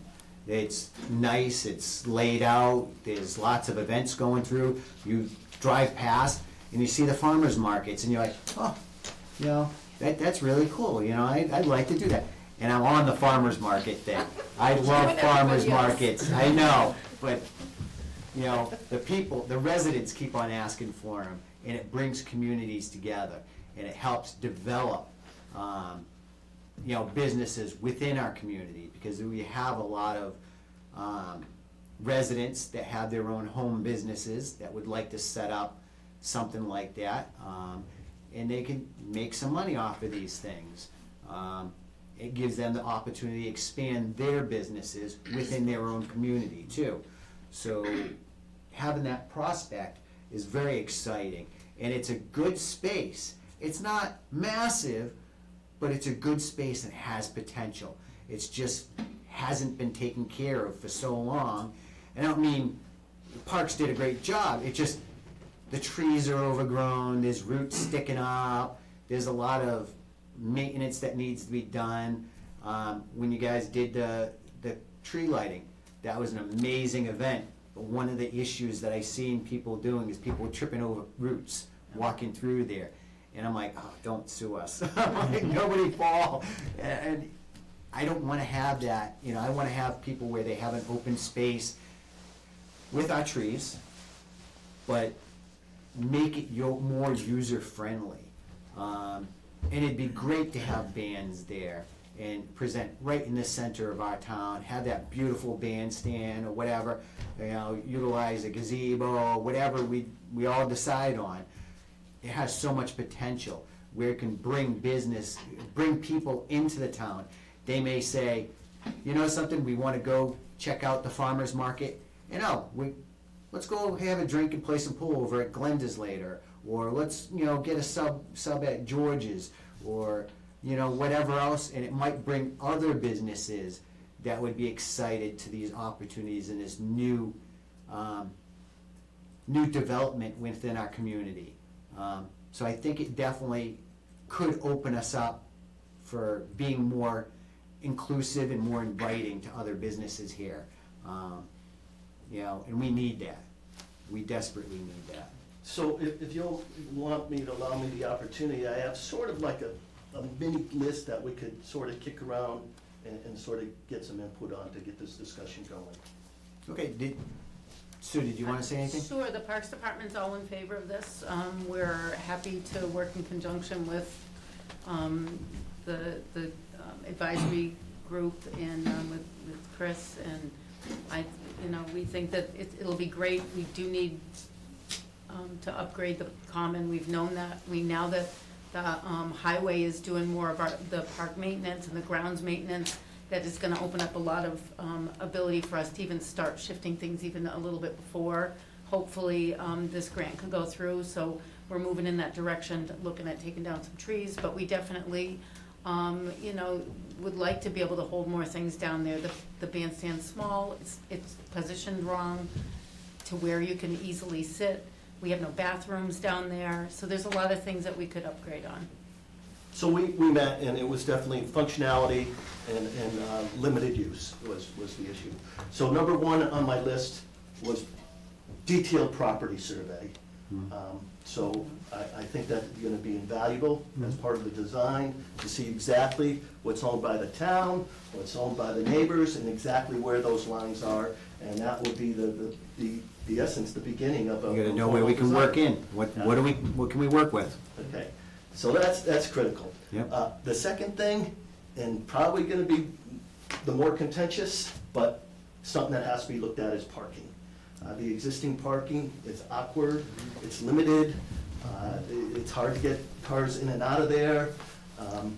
There's been some concepts that have been kicked around, but we think there's opportunities for multiple concepts to look at, I don't know that we need to go into detail with those tonight, but I think parking and looking at different options and concepts should be part of this design. Parking is definitely something you have to have, because you need ease of access. You can't create a beautiful space and then limit people to be able to use it. It defeats the purpose of doing it. And I think part of doing this is to revitalize our town center, not just the common, but the businesses within that area. And the businesses would benefit from having additional parking within that area, because we all know parking downtown, very limited, difficult, so. Existing features should be examined, looked at, and determine, you know, do they remain? Do we build around them? Do we move them? I got something from your historic preservation officer about the Hitchcock fountain, yeah. We want to preserve that. And it was. I think you guys want to preserve it too, We'd right? like to, yeah. It was reported that the Selectmen of Warren had offered a reward of $10 for evidence convicting the person who stole the drinking cup back in 1890. So it's an open case. There was a drinking cup? The chief's on it. Chief, did you solve that yet? I'm gonna say that person's long gone. So obviously, we all I want a recognize, name. we all recognize that as an important historic feature. It is. And that's something we want to keep. Yes. Gazebo. It's actually a fountain that hasn't operated in a long time. And one of the things we talked about is restoring it so the fountain actually works again and trying to get it going. You know, the gazebo, I know it was just redesigned. They did an amazing job. It's beautiful. But it's not in the best location. It's kind of awkward where it is because it's right in front of the park where nobody really has the ability to stand around it. You're standing behind it. So, I don't really know what the best answer for that is. I do know that gazebos seem to be a common central feature throughout New England town commons. And it would kind of, in one sense, be a shame to see it go. Maybe there's opportunities to move it. I don't really know. That could be discussed as part of the design. But it certainly doesn't function, or would not function for some of the things that we hope to do down there. As an alternative, I sent you folks some samples of alternative structures, more like pavilion structures, that would almost be ground level, and, you know, perhaps they could be situated in such a way, if you know the slope of that common, you know, it's almost like an amphitheater, if you will, you know, and if it's positioned right, you know, who knows? So we're looking at the idea of another structure there in combination with maybe the gazebo, or maybe we can move the gazebo to one of the other parks? Yeah. No idea. Yeah. That's all money. We got a guy. Costs a lot We of got a money. guy now. Yeah. Utilities, I think we need to look at utilities Yeah. and see what's working, what isn't working, what needs to be improved upon, water, electric, maybe sewer availability. One of the things we talked about is having a walkway through there to have more handicapped accessible, to be able to use the center of the park when we do this. But we also have the lights off of the old tree, well, the old bridge. And one of the things that we were talking about is putting the lights off from the old bridge, having them refurnished and put them on posts in the park, if that's something. This way we have a piece of the history from the bridge, and they're beautiful lights. And if we put them like LED lighting in it, they would be nice to go along. Period lighting and walkways. Period lighting. I concur. That would be beautiful. And they did I don't know if exist. you guys like that idea, or it's an I mean, I option. think we're open to almost anything at this point. They did exist historically, the walkways, maybe not the lighting, but the walkways were there. The gazebo's always been in that spot, though. It has. Some Even if you things can turned be it, like, the, flexible. where the stairs are and where you can easily see into that gazebo is on that backside. I mean, it's almost like you could, So I live in West Springfield, we have a beautiful historic common in West Springfield, and there is a gazebo, but there is also stages when larger events occur as well, so, you know, there's a possibility maybe both continue to exist. So, What is the purpose of a gazebo? good question. Right, I mean, I know what a bandstand is for. Well, I think historically, it could have been like with, for political events, when people Okay. want to come out and give a speech to the constituency. Old Facebook, you know. The old Facebook.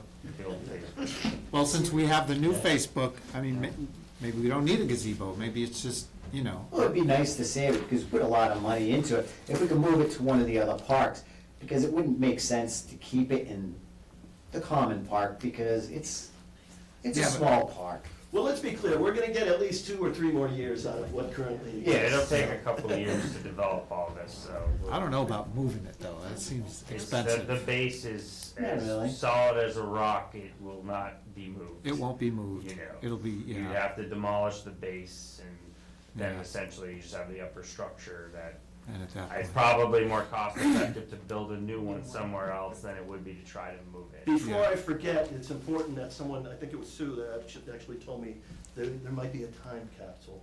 There is. Yes. That we'll There need is to one. pay attention to when the time, when and if that comes. to- When's it supposed to be extracted? I'll have to ask. 3 years from My now. daughter-in-law's grandfather. There's Sylvia. Sylvia would know. Sylvia's hoping to attend some of our future meetings. I think it was buried in the bicentennial year, so. Well, I'd be really interested. We could make a big event if we were gonna do that. You know, invite like Well, maybe it'll roll around to. all politicians and stuff like that, because that'd be really cool if it was, Yeah, but when It's are we that supposed to old. open it? That's what we gotta find out, yeah. cause it My makes mind sense was like. coming up soon. Let me see what I can do. I have 2 Alright. more elements. Yes, sir. One, restrooms. They have You know, they are making them right now. They're made of Portland cement, Yeah. and they're very maintenance-free, they're very durable, they're, you know, Yeah, hard to pictures of them. vandalize. Did you send pictures of those? I did. A link, Can you pull them actually. up? Yeah, it was a link. There was a link in the,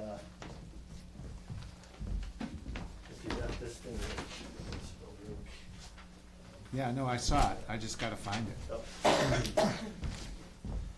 And the last thing would be a storage area for Mhm. perhaps DPW or parks to put things in. So that leads me to the depot. I think I mentioned to the Board of Selectmen, it's just something to keep an eye on as this design hopefully advances. We're not gonna talk about that right now, Okay, all right. Mhm. Okay. Fair enough. but, it's in our heads. Okay. Acquisition is an eligible CDBG activity. Yep. Grant, yeah, can cover that. So Or we I might have another use. think that was my so- list. Some reorientation, unfortunately, there might have to be some removal of trees. You know, we're gonna look at the gazebo, can it be moved? Probably not. Can it be fixed in such a way to function the way we need it to function? Or we add a new structure, okay? Utilities, walkways, period lighting, parking. Parking. So that's essentially the list. Is this essentially in concurrence with the board and the park's desires? Pretty much what we were looking at. Did you have your designs, is that pulling up everything that we? Well, just show, here are some examples of, like prefab, you know, they look like that. They actually look pretty good. That's actually kinda nice. Yeah. Yeah, yeah. Can you So- show the Yep. gazebo structure? Yeah, too? I'll get there. So, yeah, there's different configurations and stuff. And then the Yeah, gazebo. bandstand, like.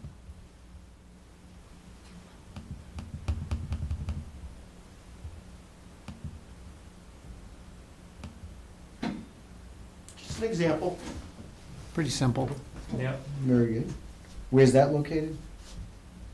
Is it just a That's an example stock for our picture? discussion, yeah. I didn't know if it was a picture Actually, from it someplace. is in Turner's Falls, Yeah. it says, Okay. so. Something Turner's Falls, so- right here. So again, my goal over the next few weeks is to establish feasibility. And the feasibility for this project would be, yes, we consulted with a professional landscape architect firm that provided legitimate cost estimates for this design, and it's doable, and we've got the support of Parks, and we've got the support of the Board of Selectmen. There's my feasibility and the need. I think, well, we've been discussing the need, its functionality, its usability, and so on and so forth, and the need for parking. We might be able to get EDA money for this too. Possibly. Because if we could tie it into the beautification of the town common to invite future businesses within our community, we might be able to sell it that way to get EDA money on top of that. Goes back. Derek, are you gonna, You, back the image of it? oh, there we go. Okay, so, Beautiful. I did Yes, get ma'am. word back that it was supposed to be open, the time capsule, 50 years from when it was put in, which if it was put in 76, 50 years would be 2026, which might be right. 3 years from now, right about when this could probably happen. All right, well, we need to get our ducks in a row and do this, right? yeah, Yeah, Otherwise, we're gonna be in So- trouble. because we can So I make it a guess there's big thing and I guess have, there's a plaque on there, so Jimmy's gonna go down tomorrow and take a picture of the plaque that's on there, and we'll make sure that, we'll confirm that, but that's the word I got back through back channels of some people that I know, knew the people that were involved in putting it in. So if we're gonna open that one and do all this stuff, we should put a new one in there, Absolutely. Yeah. right? Start planning now, like what would we wanna put in there? You can put all kinds of crazy things. can I put you in there? As long as there's food, some cookies and. We can leave a little hole, we'll drop some cookies in there every once in a while. Open up in 50 years. Yeah. Yes, sir. I'd just like to make people aware that the Community Development Advisory Committee is meeting at February 15th at 4:30 PM in this room. We're always open for public participation and input. Please come. You know, we're looking for new members too, so. What time is that? 4:30 PM, February 15th. Okay, and the final. That's a Wednesday, right? Yes. Because I'm actually off that day. Oh, the final public hearing for But I think this we- proposed CDBG application will be the following night, February 16th at 6 PM? 6 PM? Okay, here in this office with the Board of Selectmen. And the proposed projects as being put forth by the Community Development Advisory Committee is Phase 2 of the School Street Improvement Project and this town common design. And it's gonna be over $1 million application. And that was what time again? 4:30. 4:30? On Wednesday, Yep. and then 6 o'clock on Thursday with the Board of Selectmen. Okay. I think we have it. The gentleman that would like to. Yep, one second. weigh here. in.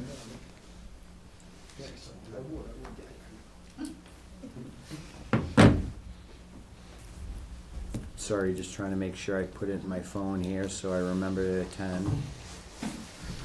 Mr. Chairman, Yes, sir. I always have additional things, as you know. Sorry about that. Yes, you do. So it's also that time of the year that the town consider if they want to put in an application through the One Stop for Growth program, okay? They're accepting expressions of interest now, okay, over the next month or two. And an expression of interest to the state will be simply a sort of like a letter telling them, here are some of the projects that we're looking at and thinking about that we might want to apply for. And the state officials will look at the expression of interest and give you feedback. Well, that project doesn't really fit with this program, no good. This project's good, and you really should be applying to Mass DOT or Executive Office of Community Development. And so they'll give you feedback as to, you know, what specific state organizations a grant application would be suitable for. And the One Stop for Growth will fund infrastructure projects, underutilized buildings, facilities, perhaps down there in the mills. Public safety complex. Well, I think they. You know, that's top of our agenda right now. You can look at feasibility studies, I believe, planning for future buildings, so certainly, yes. And master plans, so. We got master plan all covered. Oh, you have the feasibility for the. Visibility. So when is The that? master plan is community-wide, you know, transportation, parks, you know, housing, public facilities, infrastructure, and that could be funded as well. We're gonna have When to did- put some stuff together and see if we can put something out there. And I know you guys probably got some projects. And then we'll have to submit some stuff too. Cast a wide net, see what we can catch. When's the letter due? March Within a- 3rd. Yeah. March 3rd, okay. And then the application itself is probably by June. I think so, yeah. Okay. All right, we'll get on that. Thank you, Thank you sir. very much. And Thank you. we'll all get together and figure out what we gotta do. And Oh, so- what projects. Okay, so with this town common thing, what is the next step? What's happening next? Well, the Board of Selectmen, at their meeting on February 16th, will formally approve the application that will include the design project. Okay, all right. I am meanwhile gonna reach out to the landscape architect firm and say, here's what we talked about at the meeting, here are some features that we'd like to consider as part of the design. Please prepare an appropriate cost in which to hire a design firm. The other thing we did talk about is screening for the fence between the train tracks in the park. That was, Yeah, we discussed that as well. Some better vegetation. Something that can help Well, it's with noise and screening and. different yeah, fencing, green walls, stuff Yeah. of that nature, yeah, there's multiple things that can be done. And that was definitely something we had discussed as well in potential designs. Are we gonna show what Derek had, or? Yeah, did you wanna show? Yeah, so 25 years ago, I became an architect. Now I'm a former architect and a designer, and sometimes, just a love of passion for what we have. So what I'm gonna show you here is just like a little sandbox of my playground, what I do. So we're talking about the common over there, right? So what I did is, I did a quick drawing of the space, and then I thought, well, maybe we can do something. We're talking about the options, and there's always like 20 options. You present 5 to the client, the 5 best, and then it's like you want coffee? Yeah. I want milk? No. You want coffee with milk? So eventually, after 20 plus options, we're gonna start getting a lot of decisions makings and everything. So I'm gonna show you my sandbox over here. I just need to move this window a little bit. There we go. So what I did here, I started playing a little bit with this and started recreating the town's common, and did a little quick design just to have some of our ideas that we have, talking about parking, moving or redesigning another kind of kiosk, more like a stage or something, extra parking, using that space over here for the farmer's market and things like that. So don't take it like this is in stone. I just started, but this is more than a year ago when I did this. Yeah. It was just to, start playing in the sandbox, but literally, it's just to get all the ideas what Chris has been talking about, getting all what we want. And and I've been involved in many projects for, this kind of, doing parks or streets for towns in the U.S. and outside the U.S. So it's kind of like very cool to think about it, but see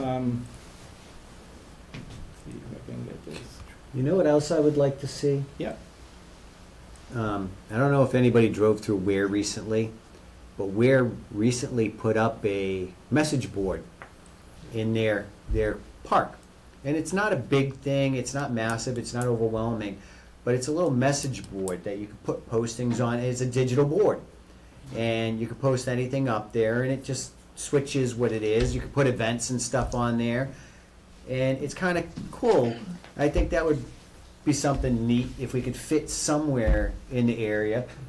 It would make it easier to get messages out, and we don't have to tow around the big one that we have there. We could utilize that one other places and have a standard message board that's there. What I think we have to do is what Chris is guiding us, we have to have a storm of ideas, all our wishes, everything that we need, everything that we can think of, and trying to put it in a order form so we can, realize what we can do, what we could do, and then have someone professionally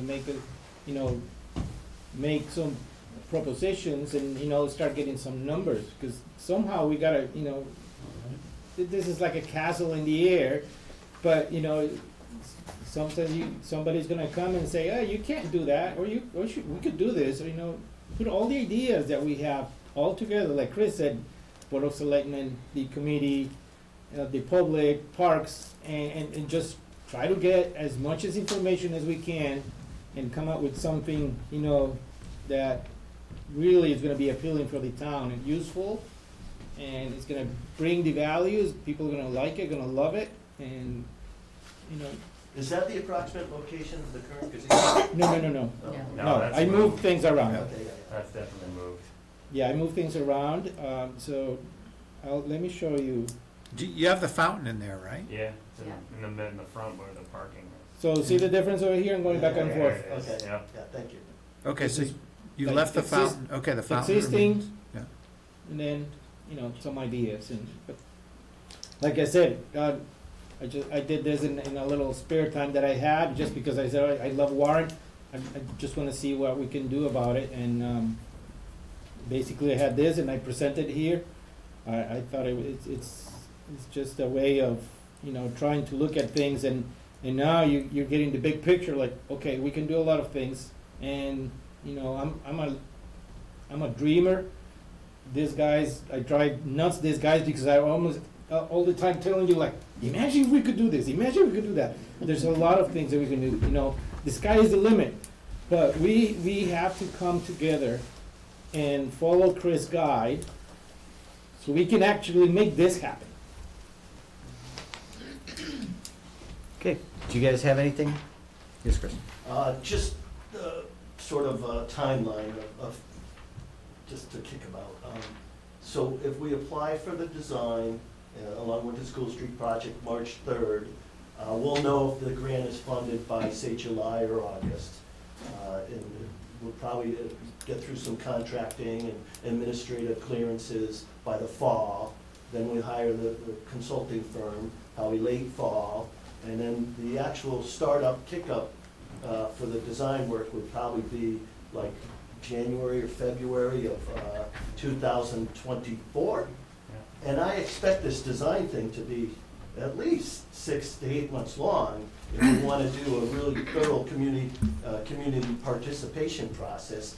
Consequently, we'd miss a cycle of the CDBG as related to the park.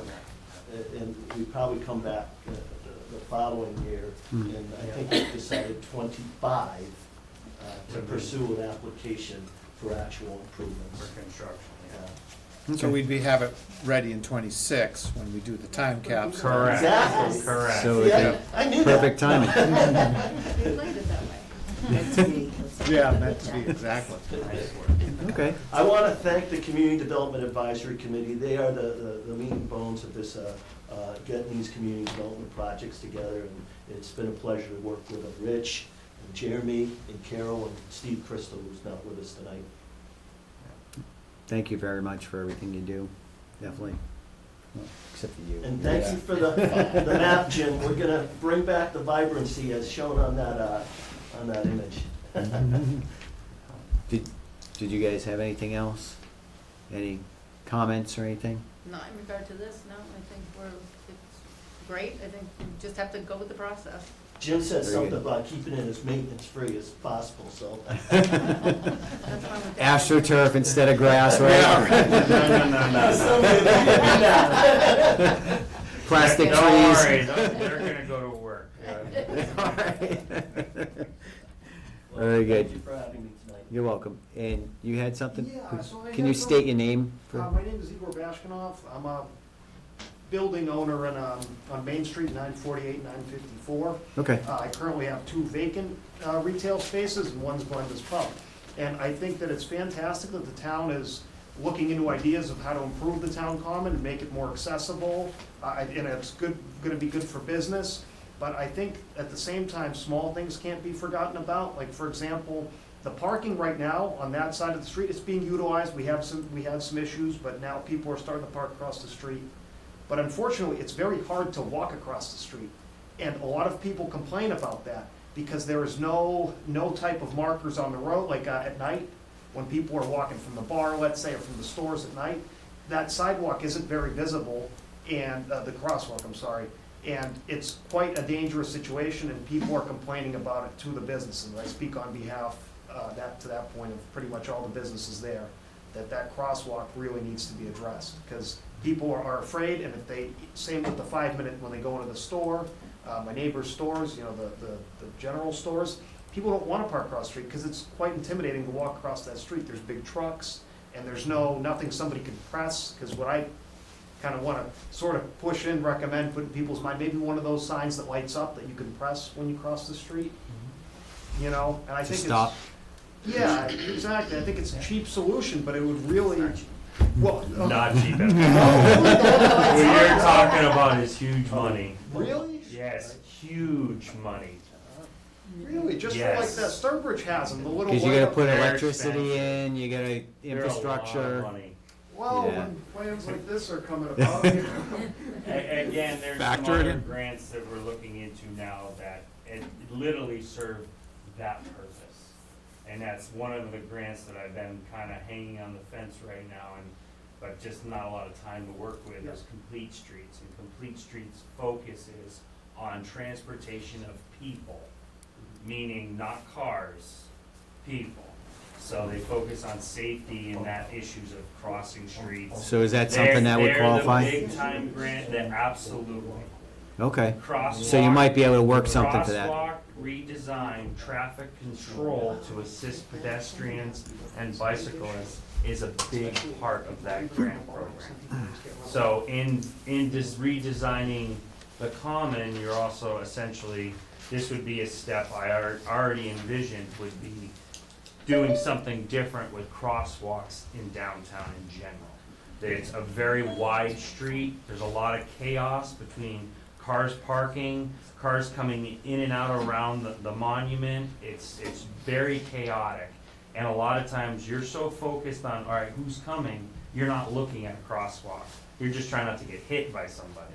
So to slow everything down and change the dynamic of how you cross the street downtown is definitely going to have to be looked at. But unfortunately, it's very expensive. So it is a grant thing we're gonna have to pursue to go in that direction. It's not something we can just, hey, 20 grand and we can fix this crosswalk. I mean, you're maybe starting at 120 grand and going from there. So it's not that cheap. Right, but you're going at it with But some grants. yes, That would we have qualify. a grant line, we have an Look at- application process lined up to address that exact issue. So we could push the button and stop traffic and go It could through. be a combination of, they'll determine, the state will actually determine, is it, do we need a traffic light to stop traffic while you're crossing the street? I mean, it can come to that. That would give us two traffic Two. lights in town. I don't know, that's a lot of change right off the bat. Yes, it could be that. There's other ways of slowing. You can do elevated crosswalks that slows traffic down immensely. But Yeah. that also has to be done as part of the study. The state has to approve those things. We can't just go, hey, we want to do this and make it happen. They determine if it's a safe environment to even put something in place that would cause traffic to have to slow down. So I don't know if you've seen the chatter on Facebook when the police department posted that the speed limit going through the center of town is 25 miles an hour. Yeah, it's posted right before the bridge coming into town. And a lot of people were, yup, I've seen this happen. People are driving through there doing 50 miles an hour and doing this. And I've been downtown where I've actually seen people go the opposite way in the rotary, going down the wrong way, and I've it's seen like, state police officers do that. oh, really? Yes, absolutely. So obviously they need to go back to EVOC and get some driving lessons. But, you know, we do need some stuff in the center of town. And the problem is if you put too much, people ignore it. That's the issue now. There's a Because it lot of becomes so signs. distracting. Correct. You have to stay focused on making sure you don't get run over. You can't worry about everything else. Yeah. No. So we understand the issue, and Highway is gonna be trying to address it too. And it could be something that we address also with some of the stuff we're doing improvement-wise. But it's good recommendations. And we agree with you, parking is difficult in the center of town. It is, but there is normally a big abundance of parking on that side of the street, and it's great that there's talks of adding more, but even when I show those retail spaces to businesses that wanna go in there, everybody. But you gotta remember, we don't own all that parking across the street. No, I. So if another business buys that building, they could shut down that parking lot, They could. and we only got a couple spots there. So, what is it, 4? Probably like 6 or 8. There's like 6, at least, well, there might be more, it might be No, 8. there's, I think, 8. Yeah, because it does come down to a point Yeah. where you would lose a few spots on the end because you'd have to cut across their property to get into the spots. Yeah, Because it's a very strange property line. yeah, so, but yeah, Yeah, no, I just came in to try to, but I loved everything that's going on, and thank you. Yeah. we're trying, we're Yeah, trying. no, that's it, yeah, thank you, thank you for the Thank you. map. Oh, we're gonna put this up and get this- Anything else? Any other comments about it? No? Okay, Rich, you got anything? No. Derek? Well, I'm just glad he mentioned about the lines, Yeah. because I complain about the lines every time, and We'll I stay know, for a little bit, but yeah, you, yeah. no, you have that on your line for Oh, spring. it's on the list right You know, away. if there's anything more than I hate when I'm driving and somebody just goes on, crosses the line and now it's looking at me and they're looking at their phone. Yeah, well, that's the thing, you can paint all the lines you want, you can put all the signs you want, but you can't make people pay But at attention. least that stays on my camera for the insurance. Because you can see that they cross the line, but if they see that somebody's gonna hit me right in front of me, it doesn't make any sense. It's also a little easier for the police department to enforce, because if you don't stop for a pedestrian in a crosswalk, Yeah. get a ticket. Or a So- bus. You know the bus, today there was a video, you know. Yeah, I seen the school bus, the little bus, Yeah. yeah, That's an ongoing problem with them. yeah. I'll see you on the 16th. Thank you. Thank you very much, Thank you, Chris. Chris. Thank you again. Since we got you here, Jeremy, Hmm? since we got you here, Yeah. the sign that's right out here that says wrong way, it's Yeah, I really know, faded know. and I folded. just ordered another do not enter sign. Okay, So we're gonna repost that with a new sign. I looked at it last week when you said something, and I was like, yeah, that really has faded bad. very good. All right, That thank you. sign's already ordered, so. All That- right. Yeah, do we have anything? Unless you wanna just hang out. No. You sure? I'm working on almost 70 hours this week already. I'm ready to go back to bed. All right, you get some sleep. Thanks. We're only on item number 5 though. Out of Oh, yeah, we are, huh? So we're on 6 now. Item 5. Nope, item 5. Oh, 5. Vote to sign and close out agreement with fiscal year 2016 Community Development Block Grant Program. So, Mr. Chairman, this came from Pioneer Valley Planning Commission. They had notified me earlier in the week that there's a grant that the town was a recipient of for fiscal year 2016. It simply needs to sign out by the chief executive, chair of the board. It's a closeout agreement. It's the second page. It's just an agreement that says that, you know, that there may be subject to audits for future, you know, within the future, within the grant, and that we're closing out the agreement, and it will be on file at the Pioneer Valley Planning Commission.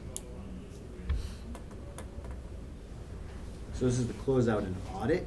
It's to close out a grant. The grant What was closed the out. grant for? The grant was for design of the initial School Street project. Okay, and we're done with that then, right? We're done with it, yep. So, did you have anything on this one? No. All right, you wanna do a motion to close it out?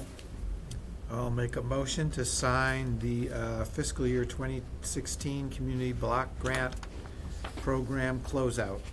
Second, All in favor? Richi Hacker, aye. Derek Bellis, aye. David Dufresne, aye. The motion passes unanimously. All right. Just David's signature.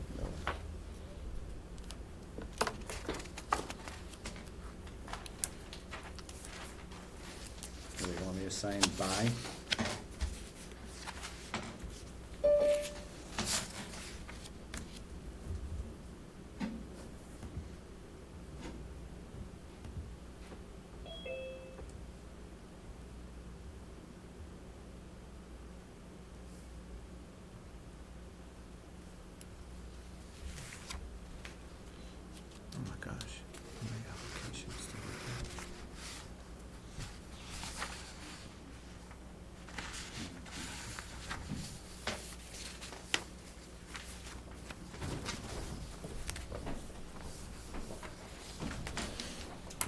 Thank you.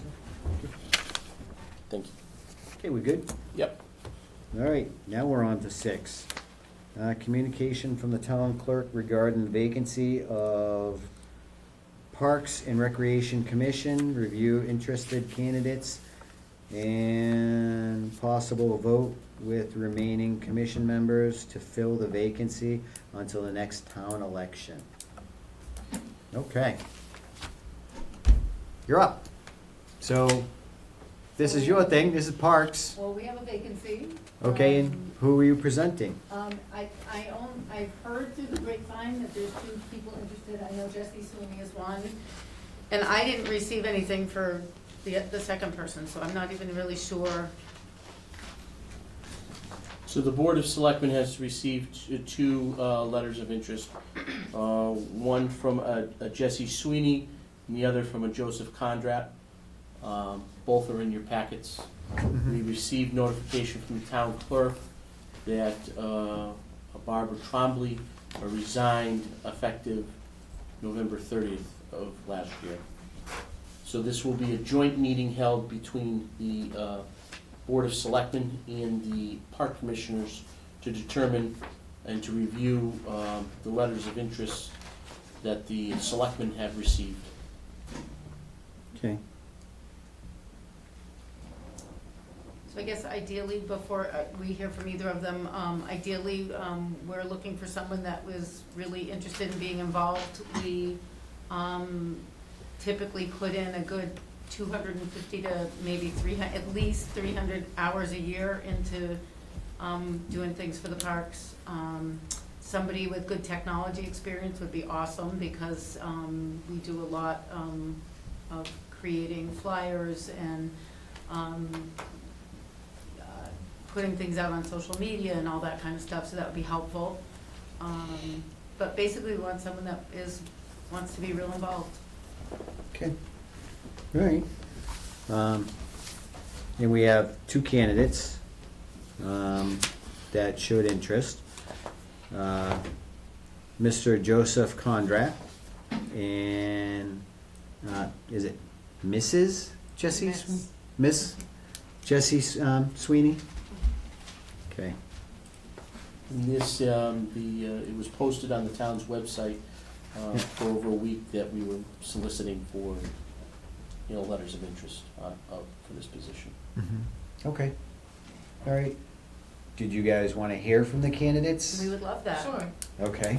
Are you guys good with that? Yeah. All right. Who wants to go first? Joe? Joe Conrad. Well, I've been a resident here for 70 years, and the thing about the parks is, in the past, there were a lot of things that were started, and it's like they faded away. There are multiple things that could be done with Dean Park in West Warren. And as for Cutter Park, I'm not sure the boundaries of the park. At one time, Cutter Park had a pool, and from what I understood, it was filled in, and it's just beyond the front. Cutter Park used to have a pool? It had to be before me, and I'm 57. Well, So, I'm 72. and so it had to be a long time ago. It would be like just after the front fence along 67. There used to be a pool there. Possibly where the playscape is, somewhere in that area. Yeah. Well, we did talk about putting something like that back there. Yeah. Yeah. Yeah. But even with Dean Park, I mean, years and years ago, there was talk about putting a bandstand in like they have in Ware, and it never materialized.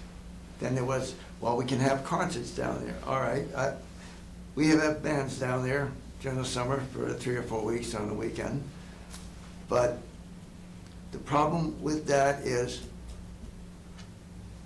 you're on the ground. You really need something that's elevated so that you're not grounding out your microphones and speakers. There are other problems with Dean Park because it's limited parking. There was also a theory that, well, we cut in through the trees, paper parking lot on, I guess it'd be just off the road going back to North Street. It was cleared, but there again, it ended. You know, there are a lot of good ideas that, although they're not cheap, maybe there are grants out there for just that type of improvement. Like tonight, we discussed the town common. Now, I actually remember when that water fountain ran, back in the 1950s. Because there would be a little breeze, if you're walking by, you got soaked. Did you take the cup? I don't notice anymore. But it's like also in Warren and West Warren, there was a horse trough. It's basically a 3 foot by 3 foot stone that sits about, 4 foot high. That was for watering horses. There's one in Warren, there's one in West Warren. There again, it's something that at one time belonged to the parks, but then, who knows? With the price of gas, I'm thinking about riding a horse back and forth now too. I mean, there also was a town park that would be at the angle of Washington and Southbridge Road. I believe, at one time was a water tower up there. There's still a water tower. Yeah, there's still a water Yeah. tower. Well, And a cell tower now. Yeah, well, at one time, that was a small park. It was for the Congregational Church, when it was up that corner, where people would bring their horses and carriages and park them there in order to go to church. So what are your qualifications for the Parks Department now? I'm a historian. We know that, we're well aware of that, with all the history, you just brought it out. And it's great to have, it'd kind of be cool to see the horse troughs again, the concrete or stone? Granite. Granite, It's across from the common, the one from Warren. is it? Yeah, Yeah.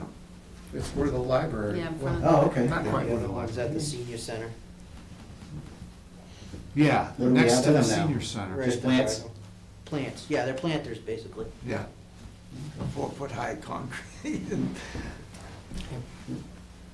Yeah, I seen the one across the senior center, I remember that now. But there again, you know, it's theories of what you can do. I mean, I would love to see the Vietnam moving wall set up in Dean Park during 4th of July week. But I don't Isn't know. that scheduled to come to the school soon? The wall? The I Vietnam thought that was moving wall. scheduled to come here soon. I wasn't aware of that. Thought I seen something about it. You should have asked Becky, they would have known, Becky and Yeah. Rich. Well, we didn't have that information until now. But yeah, Becky's my cousin, by the way. I know that. okay. So what else, sir? Do you have anything else to add? Well, I may be old, but I still have a good back. Manual labor. It's a lot of lifting. They move a lot of things. So, And being retired, I have a whole bunch of time to myself. time is important. It's needed. Okay. Do you have anything else to add, sir? No, that's about it. Okay, did you have any questions? Will you run for the position in May? Yes. Okay. Anything else? No. Anything, sir? No. Anything? I guess I would like to know if you've attended, what events or activities you've attended that we've run in the past year. Fireworks, to be exact. Okay, good. I've attended some of the, I guess you call them concerts in the park, but You know, I'm not a regular for that. Little League Baseball, Okay, good. Anything else? Okay. Well, thank you very much, Joe. Would you like to introduce yourself? I'm Jessie Sweeney. I've been a resident now for going on 2 years. I've been helping the town with doing decorations and stuff since December of 2019, with helping Jim set up for Christmas and stuff. I've helped the girls with dances, concerts, fireworks, the what? Haunted house. That was a lot. So I've been helping out over the past couple of years doing all that stuff. I enjoy doing it, and I knew that there was an opening, so I figured, you know, I volunteered a lot and stuff, and I know what it takes, and I'm good with computers and art and decorations. I used to do party planning and stuff like that, so I have all that under my belt. I used to do web design and stuff like that, so. Okay. You've been wanting to do. Anything else? Anything else you'd like to add? I want to see this town grow and stuff like that, and enjoy having people be happy in town and stuff with the events that we did. Like, the tree lighting this year was really awesome. I've never seen that many people attend. It was amazing. It's Mhm. beautiful. Yeah. Next year, it's gonna be bigger and better. All right, anything else you'd like to add? That's it. Okay, do you have any questions? Your Will you question? run for the position Yes. in May? Okay.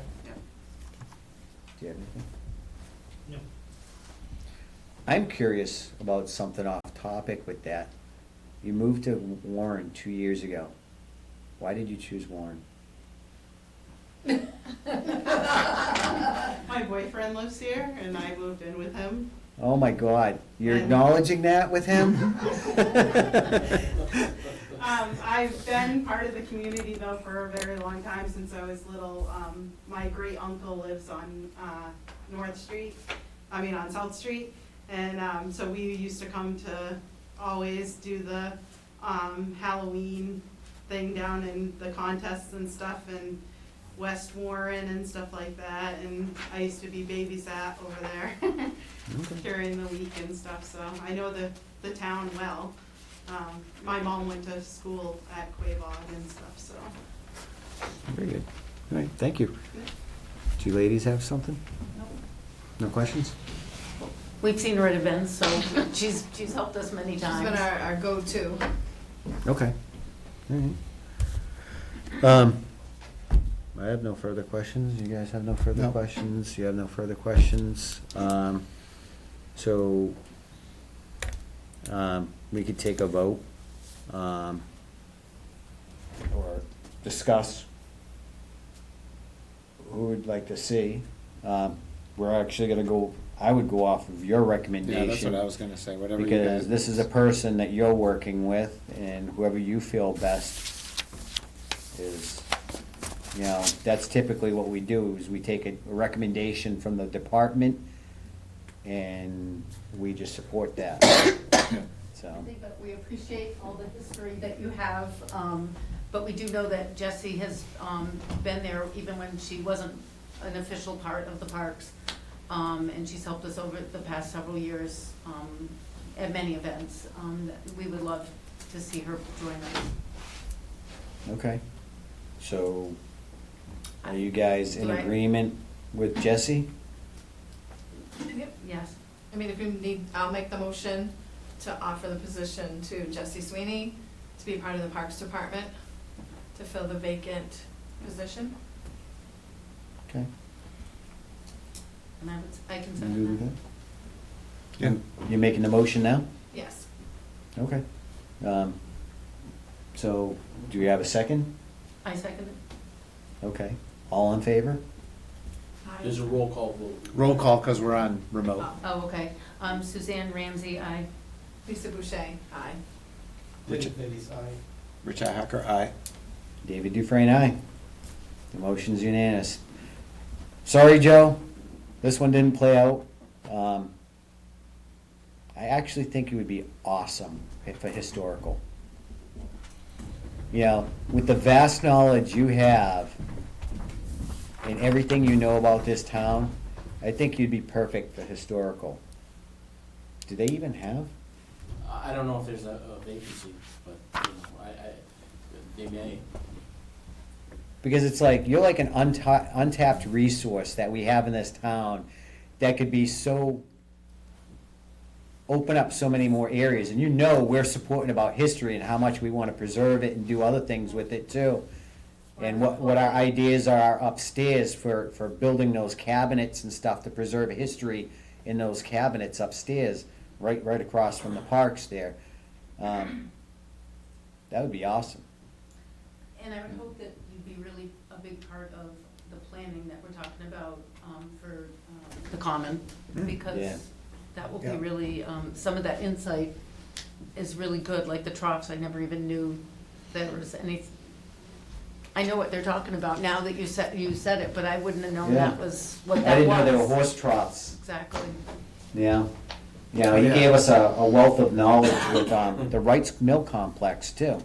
And that was really interesting to see, all that information and, you I know, didn't know he's there was a definitely, park- I didn't know there was a park on. he's our unofficial Washington historian Square, here. yeah. Yeah. I mean, I know the water tower, but. Well, isn't there a sign over there saying there's a park up there? Technically, the parks, we have been in some control over that area. Like, we have to fix gates up there because it's been under. Is it just all overgrown now? I don't, There are a lot of trees up there, and I think I can find an older map that actually shows the location. Tyler Memorial Park. yeah, it's Yeah. Tyler Park, Yeah. and, Tyler Park. but all we've ever really had to do is like fix a gate, Yeah. because there's a gate So that, what is the actual park then? Is there it, isn't a real park, it's where the water tower is. so they consider a park, the tower a park? And maybe what was there long ago. Yeah, it'd be is interesting to why see it's what was called a there park. before, Mm. you know? And there's across from Bemis, you go up here. Yeah. And there's the tower, cell tower. Maybe we could put water slides in the old water tower. Farmers got that covered. Yeah, they got all that stuff. All right, well, that resolves that. Thank you very much. Did you have something? So, Ms. Sweeney, you will have to get with the Selectmen's office next week, we'll get you a slip to go get sworn in at the town clerk's office, and then you'll have to meet with Dawn to fill out some paperwork as well. Okay, thank you very much. And then moving on to the next agenda item, and it's number 7, right? Yep. Yes. Review a request from the treasurers to the personnel board to start Julie Towelson, candidate for the clerk's position at a step 3, grade C2 on the wage scale and possible vote. Okay, so she's looking at starting another employee at a higher step.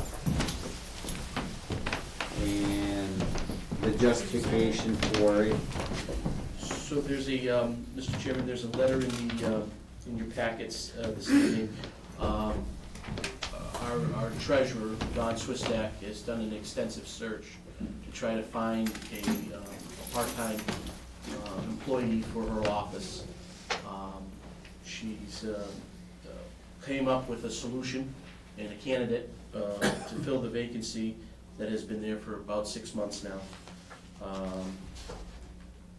This person is well qualified, has a bachelor's degree, and has 10+ years in both cash handling and customer service experience She's worked in a bank setting in the past.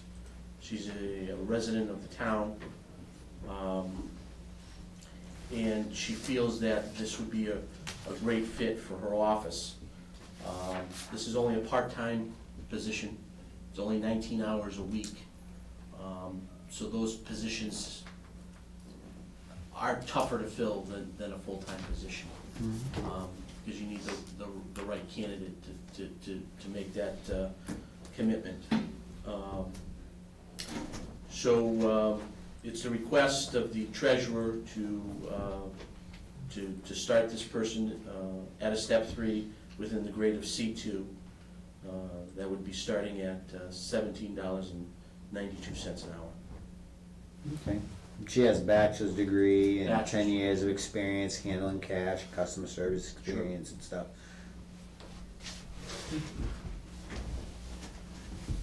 Okay. Do you have any questions? No, I think it sounds good. Do you have any questions? No, sir. I have no concerns about it. She has experience based on her experience and, you know, time. Yeah, I could see starting her. I wouldn't have a problem with that. I think it's a reasonable request. Yeah. All right, do a motion? All right, so I'll make a motion to accept the treasurer's request to start Ms. Towson at grade C2, step 3. Second, All in favor? Richi Hacker, aye. Derek Bailey's aye. David Dufresne, aye. The motion passes unanimously. You're good. Thank you, thank you. Guys, can I jump quickly to the boys' room? You need to take a break? Sure. Do you need to take a Yes, I do. 5-minute break? Yep. All right. All right, so it is 8:31, and we are gonna take a 5-minute break because it's been a long night so far. And we'll see you in 5 minutes. Still recording. We are still recording, so Stay tuned, watch out for this. don't give out your PIN number. Just in case. Better safe.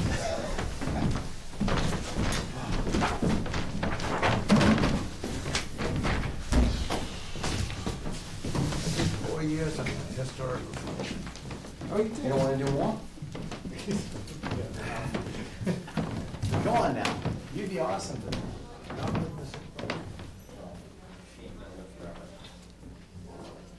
She may, she may. She's too stubborn.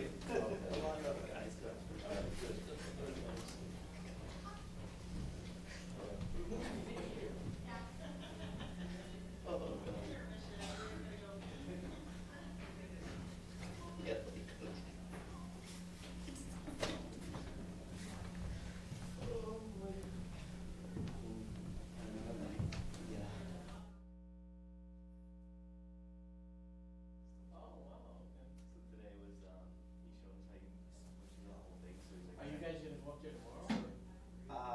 Probably not. No. That guy's flying back from Michigan today. So it's all done? It's all done, man. So now we know how to run it. It's We can all run right it. on your own? It comes with the cameras and everything, so you video record it, and then you wanna show us how to make the clips, put them here, how to. The whole thing is like if you have a scenario and you're at one clip here, you have options. So you can make it go assault or comply, or you have all this. You showed us how to do that. We had Jim playing the bad guy. I told him afterwards, I go, this company might wanna hire you for this. Yeah, look, the whole thing, I'm like, oh my god, I can't believe, even the guy afterwards, he goes, do you mind if I take a copy of that video and bring it back to the Milo thing? I'm like, nah, go ahead. Yeah, so that's just really good. It's just a matter of, we can go up there and now we can recreate our, what we do for the walls. Yeah, Jim was saying that they come and paint it, they do that, so we, they put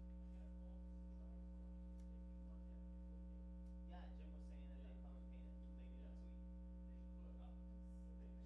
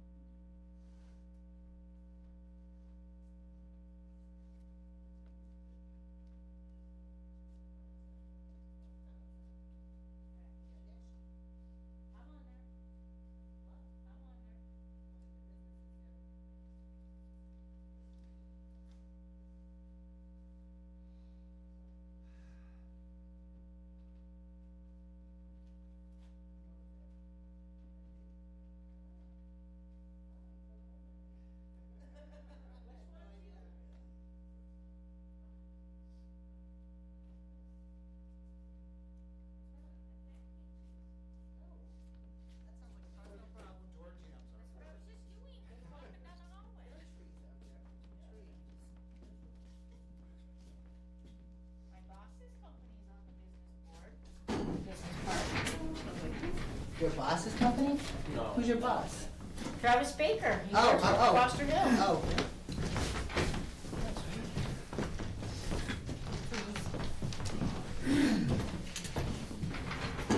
Alright. Guys keep it cold in here to keep us awake, is that? It's not cold in Okay. here. If you want, to turn it up? I already did.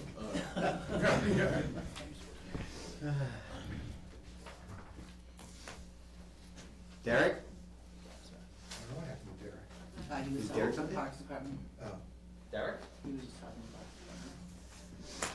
It's a long 5 minutes for him. yeah. Yeah, what's 5 minutes in the scope of a 4.5 hour? Yeah, right, exactly. You guys are champs at We got a lot to discuss. There's a lot going on. You know, if you try to rush through these things, that. Didn't you get out of here quicker? you get out of here quicker, but nothing gets done either. 2 weeks ago, it was 4 hours. I know. And then the next week it was 3.5 hours. You need to have stamina. Huh? There is no arguing that we don't do our jobs, because we definitely are here a lot Yeah. and doing a lot.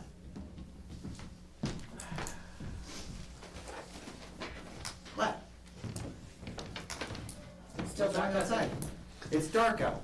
Still, Derek's car, I don't see Derek's car, so he might have left. Derek is He here. leave. He's down the hall. Tuck and roll You're in the doghouse anyway, the two of you. Remember, you're on camera. Have we You can't ever hear come me, out of though. the doghouse with her? No. Are they nuisance dogs?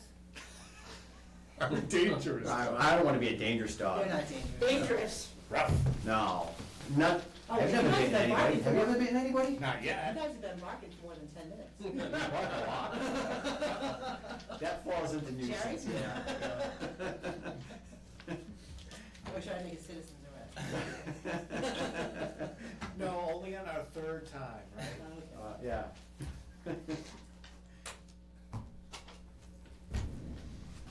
Okay.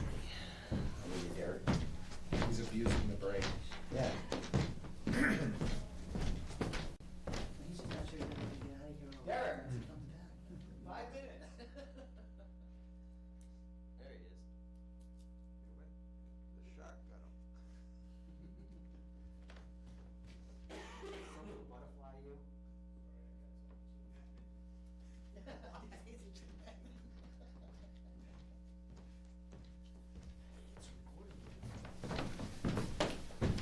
Did you say it's cold? Did you say it's cold? Cold? Did you just say it's cold? Nope. Oh, that's what you said. So, all right, moving on. So we're back. It's been, what, 10 minutes now? We tried to do it in 5 minutes.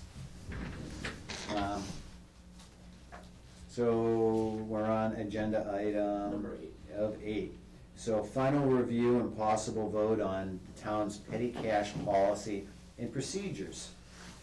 So, Yes, Mr. sir. Chairman, from the last meeting that we had, you guys had some minor revisions, which we put in. Was a few other updates, minor updates, that after meeting with the treasurer and the accountant, that they wanted to add in there. And you will also see the worksheets that we developed, you know, in terms of how petty cash will be, you know, signed for. The approval process, obviously, would be approved by the selectmen, by the town administrator, by the town accountant, and the town treasurer. Moving forward, there would be, you know, the forms for petty cash reimbursement, as well as the reconciliation form for petty cash. We did add, you know, as part of the policy, you know, it could be misuse of petty cash funds will result in confiscation and revocation of the fund, and may result in disciplinary action up to termination, as recommended by the board. I'm good with that. Thank you. So that was the policy. Do you guys have any issues with the policy? No? Good with that? Looks good. So procedures.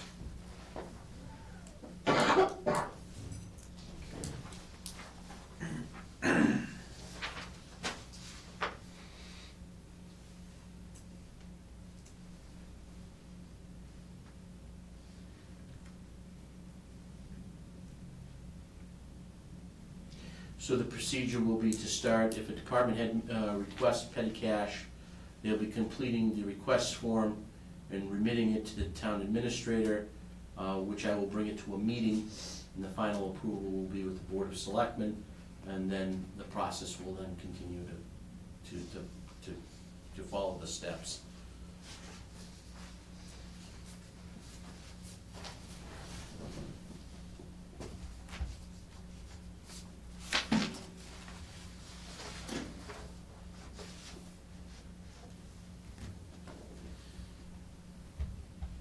This hasn't changed, right?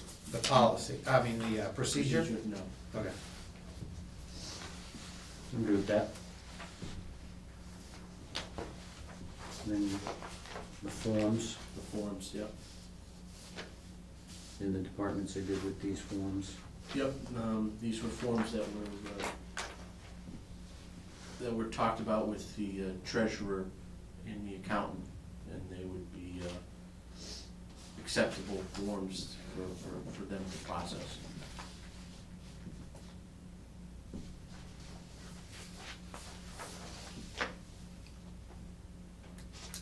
Again, the only departments that currently have this right now, but have been audited, are the police and the building department, planning and building department.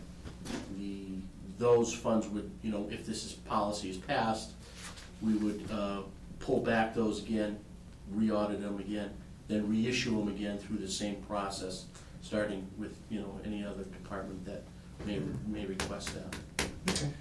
So actually, as part of the policy, do you want to put who actually gets petty cash?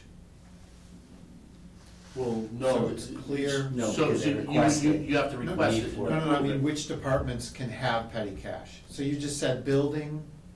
Well, currently, right now, police and building are Yeah. the only ones that have it right now. That's They what would, I'm- they would have to fill out a form to request it.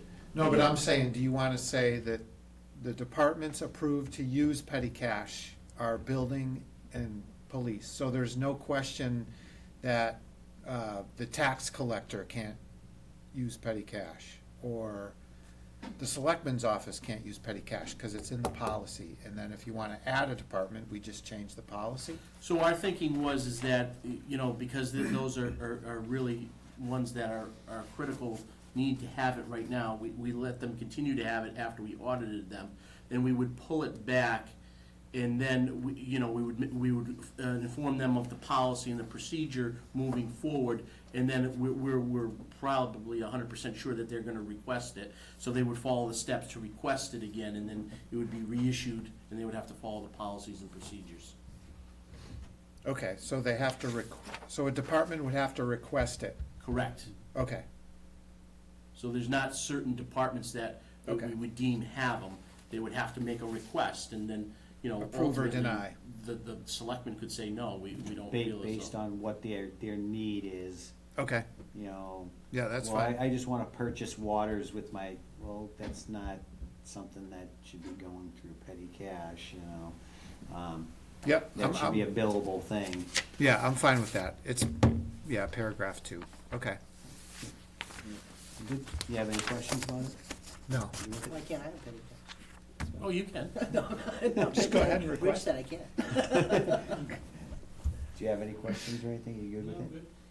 Okay, so do a motion to approve the petty cash policy and I'll make a motion to approve the petty cash policy and procedures and associated documentation. Second, all in favor? Rich Hacker, aye. Derek Bailey's aye. David Dufresne, aye. The motion passes unanimously. Thank you. You're good to go? Okay.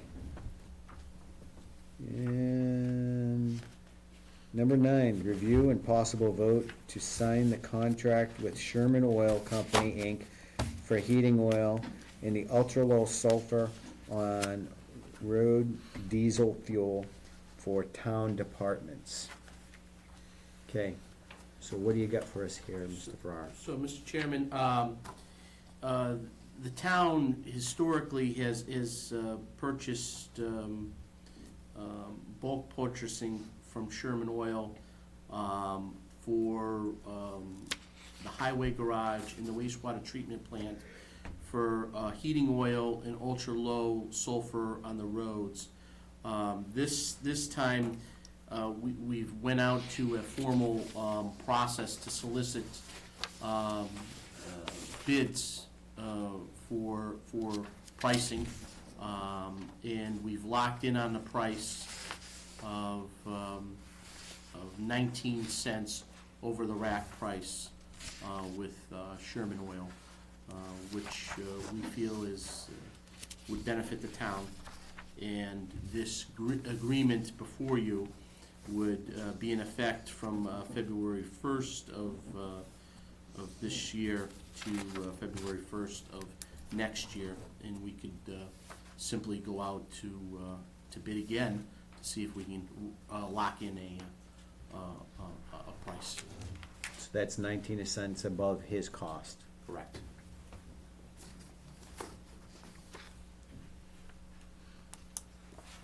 This is a standard agreement that is used for the purchase of goods and services that has been recommended by KP Law.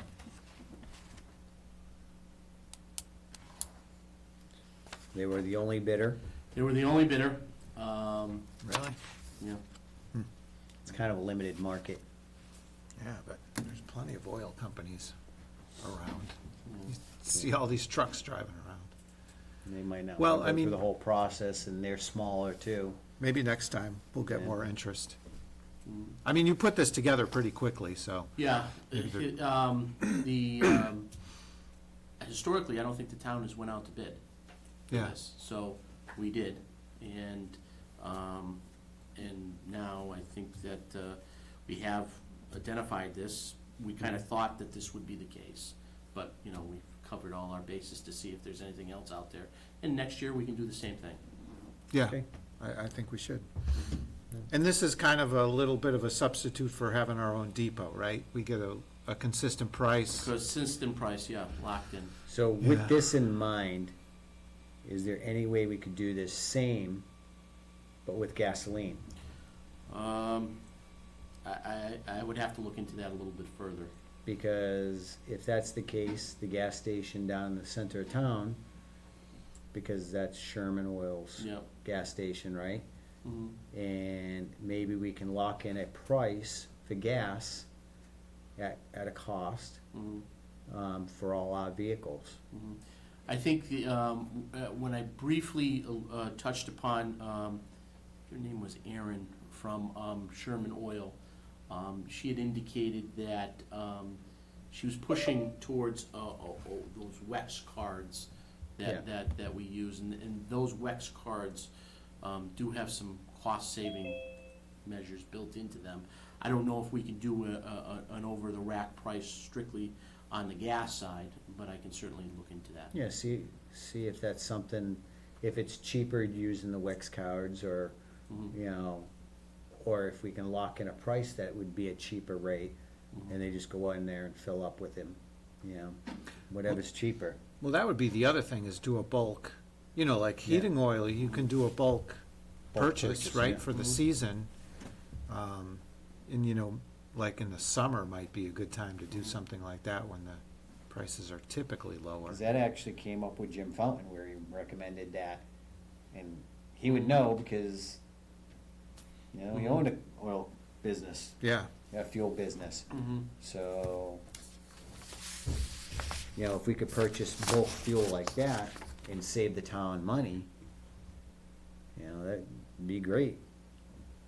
yeah, because this contract, we're not getting a fixed price, we're getting a, Well, you're getting a Above. fixed price, and 19 cents above the rack.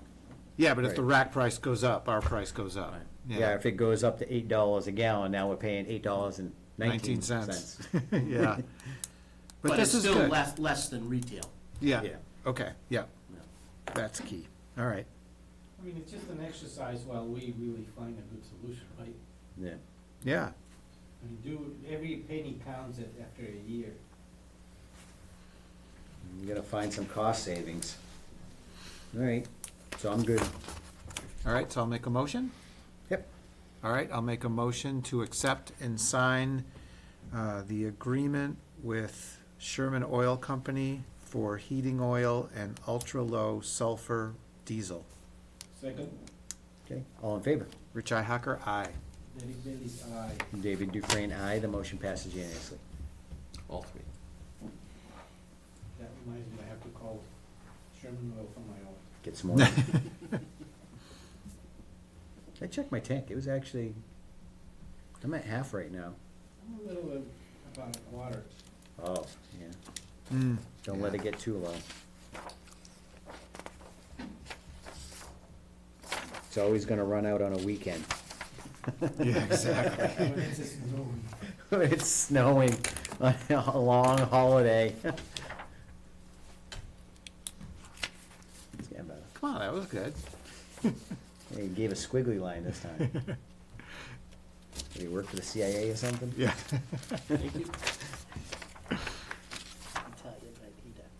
Yeah, yeah. This guy. All right, so we get that done. All right, number 10, review and possible vote on full, well, we gotta skip that. I would say that if we could table We have to 10 and table 11. 10 and 11. Why do we have to table them? Can't we 'Cause we just don't have vote on them. it? Yeah, but we can vote. We don't have the licenses, we don't know what they're requesting. Well, he's a full liquor license and a common vic. Usually when you have a full liquor license, usually the petitioner's here, you can ask questions and different things like that. Just on the full liquor license aspect of it. Yeah, he's never had one before. Yeah, All right, and we don't have the licenses prepared, so. all right. I just hate to delay these people, their businesses in town and. All right. Unfortunately, I know Picosa's been looking to do something like this, so. All right, so we got, Karen's got to call them and get them in here for the Table, next yep. meeting? All right. Yep. So we'll table 10 and 11. You guys good with that? Yes. Well, do we need George's Pizza to come in, or we? Well, Common practice is they come in. Yeah, I would recommend that they come in because I know that there was an issue with these grease barrels. They were their grease barrels. Yeah, So, Right. you know, I think now there's claiming that it's the grease companies, but it's their original grease barrels. So I would. Are they still there? They're still there. Yeah, no. So let's we should get have them them come in in. here. okay, Yeah. all right. They need to resolve that. Okay, I'll make a motion to table agenda items number 10 and 11. Second, All in favor? Rich Hacker, aye. Derek Bailey's aye. David Dufresne, aye. We are tabling them to the next meeting. Please make sure Karen notifies them Yep. both that they have to be here. Yep. Is Karen on there? Karen's on here. Is she? Well, She was- she it was- says Karen Dusty, I don't know if it's actually her or not, but. Okay, review letter to CSX Real regarding the condition of their bridges on Maple and Southbridge Road. So this was in reference to last meeting. I had an opportunity to put a brief letter together in reference to our call. You know, we had called in a complaint, we got a complaint number. You know, this has been brought to us by town residents, by town officials, that there's a significant issue there of the deteriorating bridge that is maintained by CSX Rail on Maple and Southbridge Road. It's been reported that debris from their structure is causing a hazard for both motorists and pedestrians.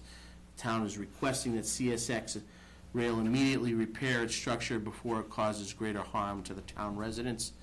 The town is requesting a written response from CSX Rail regarding this complaint and progress that is being made to address the town's concerns. Enclosed, you'll find pictures, thank you, Derek, that were taken on January 16th of the areas of concern. Again, this reinforces us of the complaint, of the issue. There's pictures there. You're actually sending them color pictures, though? Color pictures, yep. Yep, Yep. okay, all right. Yep. Yeah, because the black and white ones don't Yeah, really. yeah. So, they're there, and this will also be sent to the US delegation, so Congressman Neal's office. That's excellent. Elizabeth Warren's office, and Ed Markey's office. Very good. Mm-hmm. I'm good with that. Scary. Yeah. Yeah. Yeah.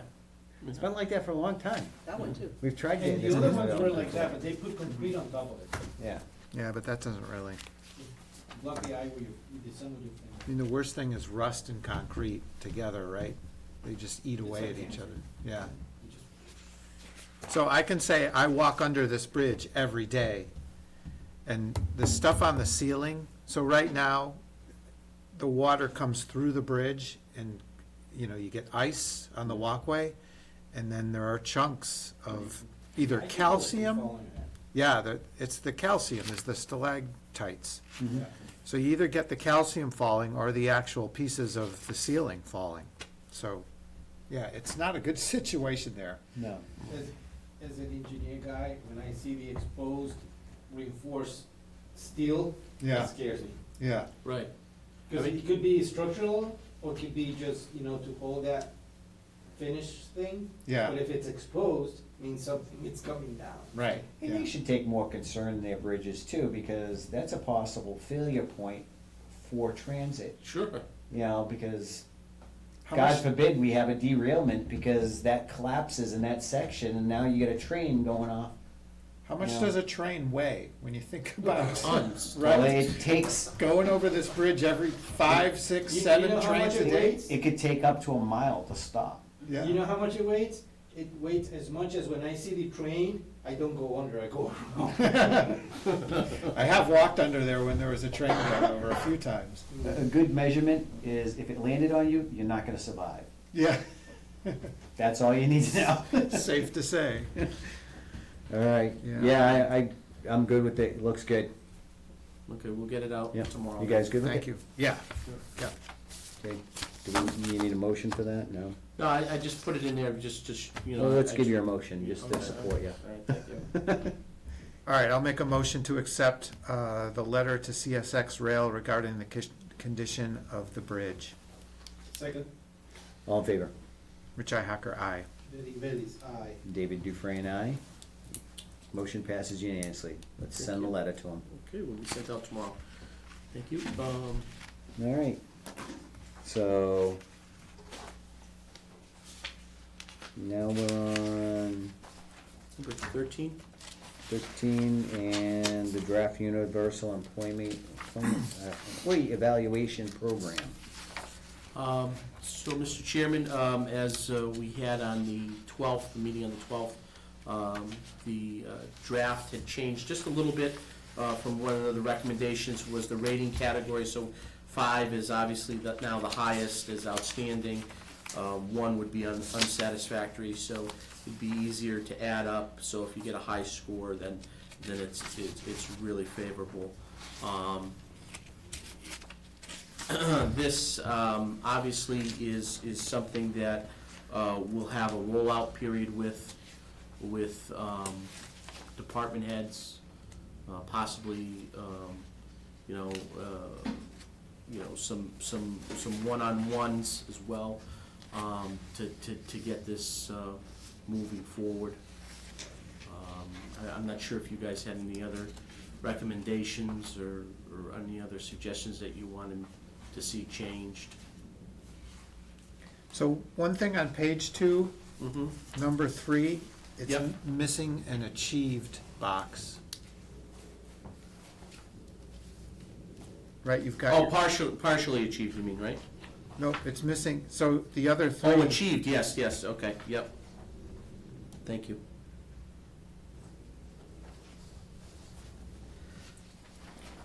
The other thing I would recommend is you have several goals. Mm-hmm. So communication and customer service. Mhm. You get keep supervisor informed. I'm sorry, David, what page are you on? 5. Five, okay, yep. So Okay, yep. where you would rate them. Mm-hmm. So communication to customer service, keeps supervisor informed. Mm-hmm. So you would give that person a 5. Mm-hmm. Okay, does a great job, outstanding on that. Mm-hmm. Communicates clearly, both verbally and in writing. Mm-hmm. So you might say, well, they do good with that, so that's successful, that's a 3. Mm-hmm. And you go down the line, you give them all your different ratings, their different scores. Where's the total? Yeah, I was just gonna say, And what's the overall rating of their performance? yeah, I would do totals on each of these, right? Totals, okay. And then a grand total? And then I would say a grand total of everything. Mhm. So overall rating is, so we can look at it Mm-hmm. and say, okay, if you guys are recommending something like a step increase, Mm-hmm. I would put in there saying that,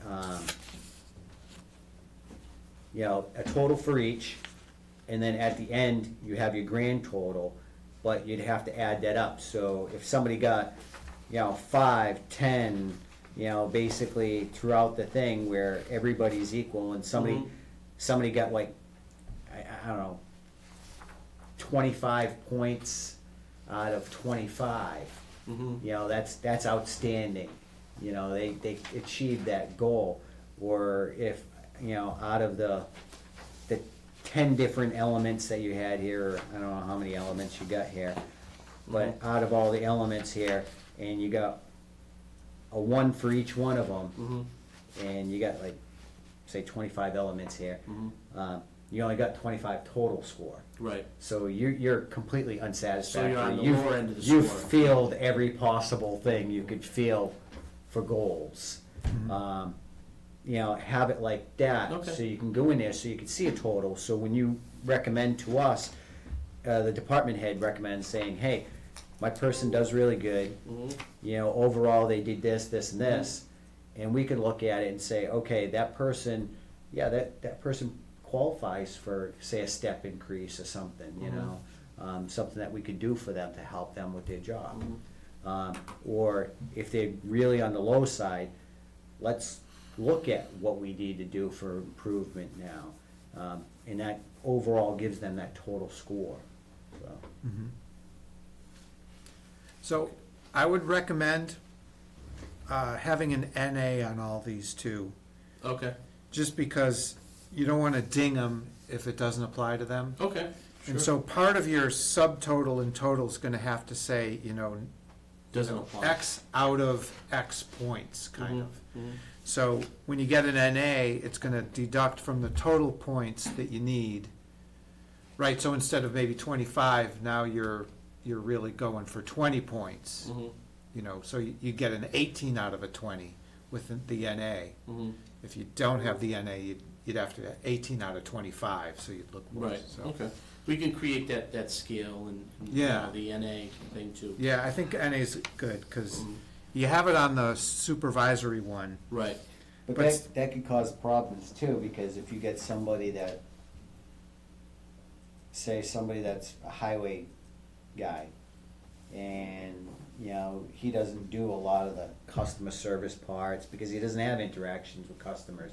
He drives a truck, he does whatever. A lot of this is gonna be NA, so when he does get an outstanding, it's gonna make that person look really outstanding, because most of the evaluation doesn't apply to him. Yeah, but you can't ding him for if he doesn't, you can't give You him a bunch can't. of zeros in You here, can't.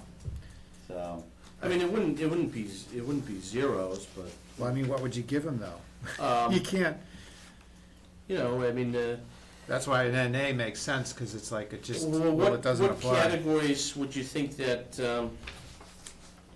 it's very Well, see, like, quality of work and productivity, you've got, where applicable, efficiently maintain the budget. Again, Mhm. for somebody like an assistant, that may be out of their control. I mean, Mhm. that's Yeah. just not what Right, they right, do. right, So right. that So would you be could put an NA, NA, yeah, right? And yeah. it would just reduce the total that they need to get. It would be more fair for them. Mhm.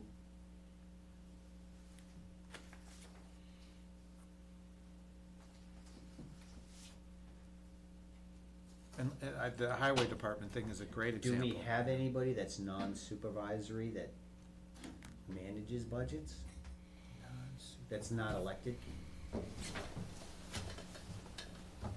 I don't think we have anybody that's not elected that manages a budget. Well, this is where Overall. efficiently maintain the budget. Yeah. So you could say someone on the highway department, like they're doing patches in the road, and they're known for like doing good patches that they're not wasting material. Right, So you could give them a 5 on that. right. But, you know, like your assistant might not have anything to do with Right. maintaining the budget, so you'd want to do an NA for that person. Or you may have, you know, somebody that, you know, works with a board and, you know, is just, you know, maybe is not spending appropriately the expense account and is recommending all of this stuff. I mean, Yeah. that theoretically, you know, is tied to budgeting. Yeah. Mhm. Yeah, okay. Oh, probably, I'm just, like we said, if you work for a board, probably if you're like in the office person, you probably have more to do with the budget than the board does anyway. Right. Because you're saying, this is what this costs, this is what this costs. Right. Yeah. And most of the time, the board goes along with the person in the office. And it Right, may not always be accurate. right, absolutely. You trust that person to Right. do the right thing. Okay. So, yeah. Yeah, I think it's good. So we'll make those corrections and we'll bring it back with, One more, okay. with with that scale and the NA. Do you guys think it will be appropriate to have a couple examples and just throw it out here and say, hey, fill this in and see what happens? 2 different scenarios and then revise with the, We need to fill it in. like, have a real evaluation of 2 people. Like with supervisors? Yeah, Have just like, them if it was real and say, hey, try to do this and see what happens. So like you, Ray and Jim? So Yeah. to speak, not me, but. You have 5s across the board. No. If he can give you a 6, he's gonna give you a 6. There's Yeah. also the possibility of a 10, you know? He does double that work. I'm giving him a 10. No, I'm saying because, like you mentioned, they're different Yeah. people work different, so different scenarios, so you can't compare apples to bananas in that case where they just do different work, so the evaluation is gonna be different. And from those examples, maybe we can tweak it a little bit. It's hard, I mean, we don't. It is hard because you get so many working positions and you're trying to do one evaluation through so many career fields. You know, That's why it was very tough to keep it very generic. Generic. yeah. I would say we get to a point where we have a good document and then we just go with it. The first time around, we'll probably, Then we can change it later, you know, Yeah, you can morph it later. yeah. And we could always ask the people later on, Mhm. what do you think about the evaluation did you feel? process? Add How that was question it? to the end. Yeah, Yeah. we'll add that. Yeah. Mhm. Mhm. What would you improve or? How would you change the questions or, Yeah, you know, yeah, comments. comments? Mm-hmm. If you have a suggestion on how to improve the rating process, what would it be? Something like that, yeah. Okay, All right, we'll get something back to you. cool. And then also comments. That's the supervisor's comments, right? Right, I would put in there supervisor's comments, okay. to make it clear, Oh, under each, under the each comment rating box. Sure, area? yep. Yeah. Okay. So the employee doesn't look at it like, well, I'm gonna put my comments in there. Oh, right, right, You know, right. and the supervisor understands that's my responsibility to put in there. Yep. Yeah, and then there's an employee comment block at the bottom there, so. Yeah. Page 8. Okay. Anything else? No, I think it's good. This is great. Good job. Making progress. Yeah. Moving forward. All right. Did you have anything else for us on that? sir? No, sir, no, we'll come back in a little bit with that. Okay. So we're tabling warrants and bills. Yep. They're not ready. Minutes, not ready. Town administrator report. What do you have for us, sir? Thank you, Mr. Chairman. I just have a couple things I want to report on this evening. Number one, since our last meeting, which was the 12th, we subsequently, shortly thereafter, received our new F-550 that we purchased, that the board purchased through ARPA funds. So Jeremy, the highway department has the new F-550 with a snowplow that was bought off of a state contract. It was very difficult to find and to procure, but we were able to do it. We did it very quickly and as expeditiously as we could once the board had given us the authority to purchase it. It is done.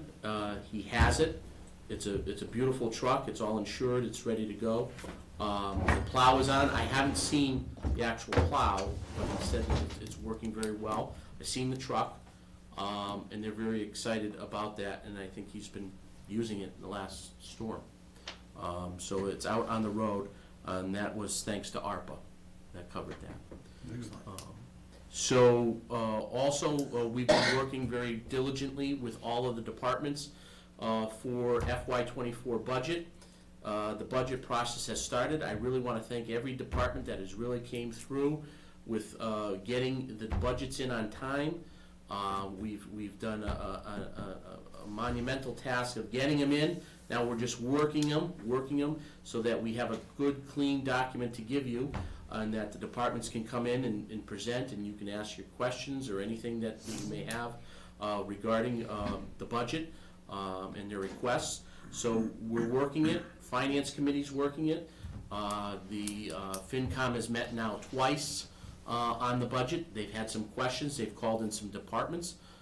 I've met with every department one-on-one with the town accountant, and I really appreciate their willingness to meet and talk, and we're making sure that people's step increases are calculated correctly. We're making sure that the employees' pay is being calculated correctly. So we're really doing the work, the fine-tuning of it, and the process has started. So it's a big process, and there's and departments have, for the most part, have come to understand that it's a level services budget.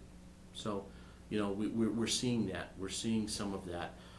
There are some slight increases in terms of fuel and utility costs, and some cost of living things in there for some of our electeds. But it's really a budget that's really trying to keep just the level services going. And we're looking at ways in which we can possibly save some stuff, some money. We're looking at our insurance costs and how are they in comparison to last year to this year. We just learned this, this past weekend. Myself and Selectman Ihawker went to the Mass Municipal Association conference in Boston, and we learned that there's going to be some increases for health insurance, is about a little above, almost at 6%, 5.8% for health insurance. 3.9 for general liability, and we are a Maya customer, so we're working with Maya to see, to identify the actual costs. We don't have that full budgetary picture yet on those costs yet, but Joanne, our rep, will be, I'll be in full communications with her the next coming up weeks to help identify that and to see where we are for that. So the FY24 budget process is in full swing. This week we met with our finance team, including Carrie, thank you, and the treasurer, the assistant town accountant, and the town accountant to look at financial software. So we've seen all of the proposals. We've seen 3 proposals. We've gotten all of the figures back. Also, we had building and planning in there too, Jill from the office.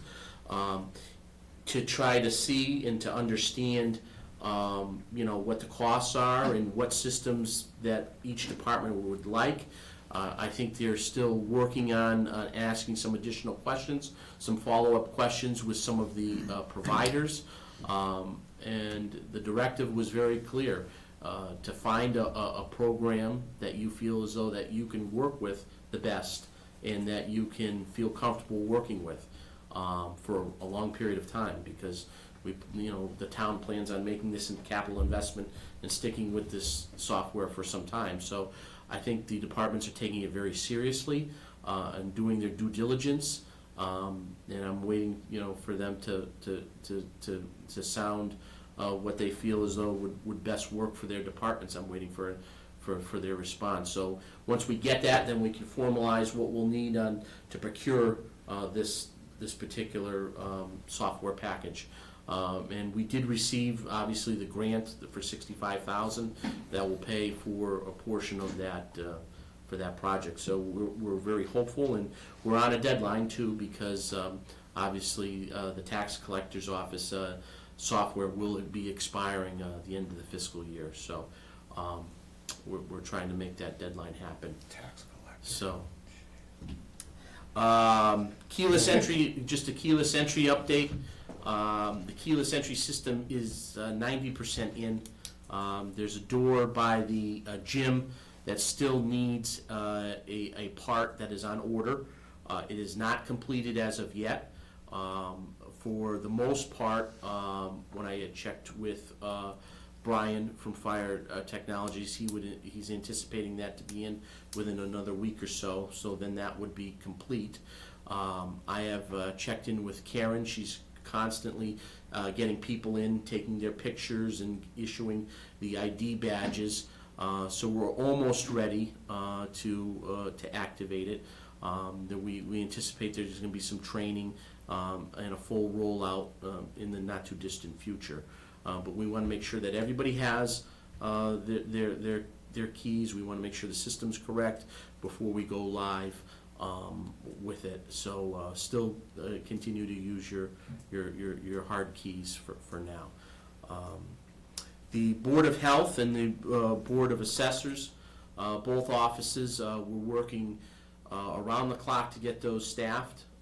We had a meeting with the Board of Assessors yesterday at noon. It would appear as though that they've finalized some of the candidates and that they are going to be talking to some of the finalists next week.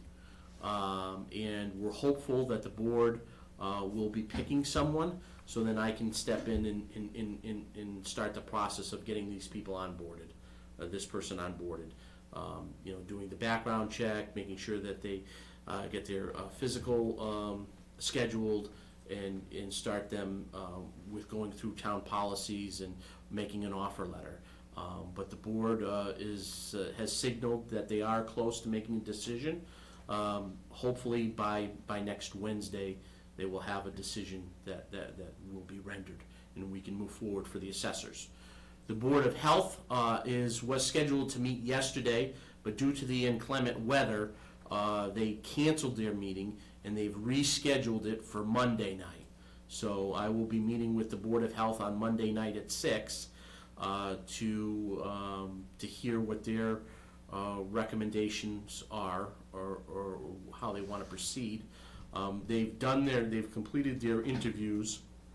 They had a second interview with an individual, and we're hoping that the board will make a vote, and again, to authorize me to go into, to make an offer to a person, and get them the onboarding process for the office. So that has been transpiring. For the Board of Assessors, because the office has been so busy, we've had dedicated in there our senior work-off program. Senior assistant has been in there for 3 days a week, covering the phones, fielding questions, taking messages, so that they can report this back to the board, so that there's somebody in there, so that the residents have somebody in there and the office is open. I just wanted to go over briefly the MMA that that we went to last weekend, this past weekend, it was a really great conference. And I would encourage, individuals to participate in it next year as well, because there's so many different trades and different activities that you can see in this convention center, in the Heinz Convention Center, with different vendors that have different products that may be useful for the town to procure at some point. And not only that, but they also had booths of state agencies. The Department of Revenue was there, the Attorney General was there, the Secretary of State was there, the Auditor was there, MassCorps, our friends from MassCorps, Steve Crystal was there. So there was all of these booths there that really offer these services that you may not always recognize, or departments may not always know that they're available. And I had a great conversation with the Department of Revenue, kind of checked in with them on our analysis of how our report is coming, which might have triggered your call this week. Maybe, it was very good to talk with them and to see them, and they can feel comfortable that they see town officials, actively engaging with them. Is important, and it was good to see some of them. I haven't seen in some time, but it was really good to see them. And then obviously the presentations, the seminars. I went on a seminar for labor law updates that was very useful. Damascus is a renowned labor law attorney in Worcester. And he helps out many cities and towns in central Mass.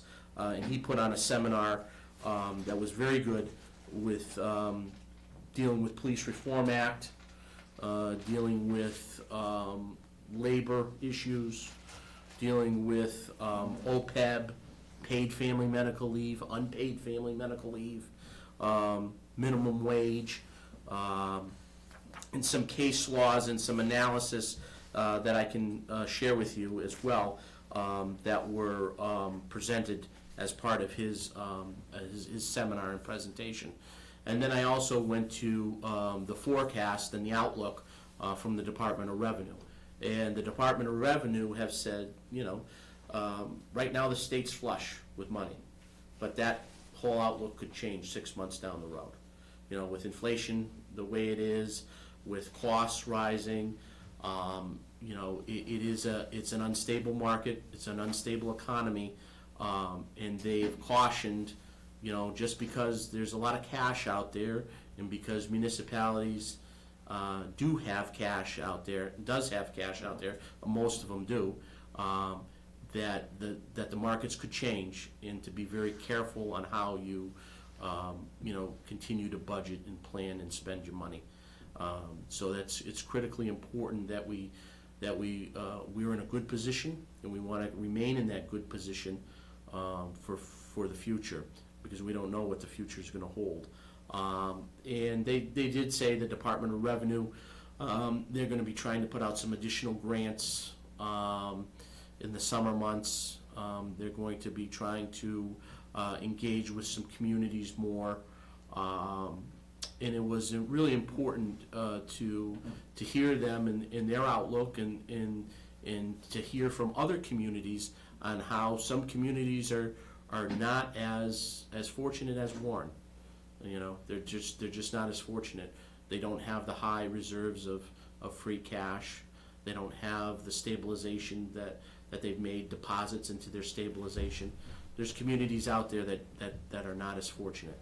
So it was good to interact with also your peers, some of your counterparts in some of the neighboring communities. I know that we talked to some of the neighboring towns, Rich and I did, and it was nice to hear from them. As part of this discussion that we had, which led to another phone call this week with the Board of Assessors, just talking about candidates and how tough it is to find people that are in this assessing field. If you're looking to get into to a field, get into becoming an assessor, because there's a high demand for them right now throughout the Commonwealth.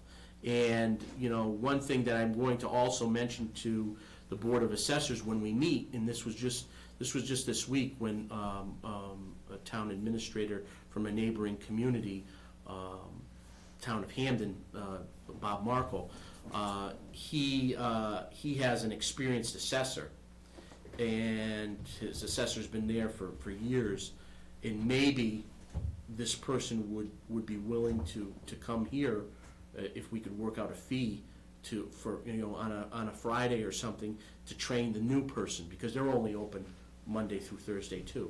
So maybe there's something that could be done there.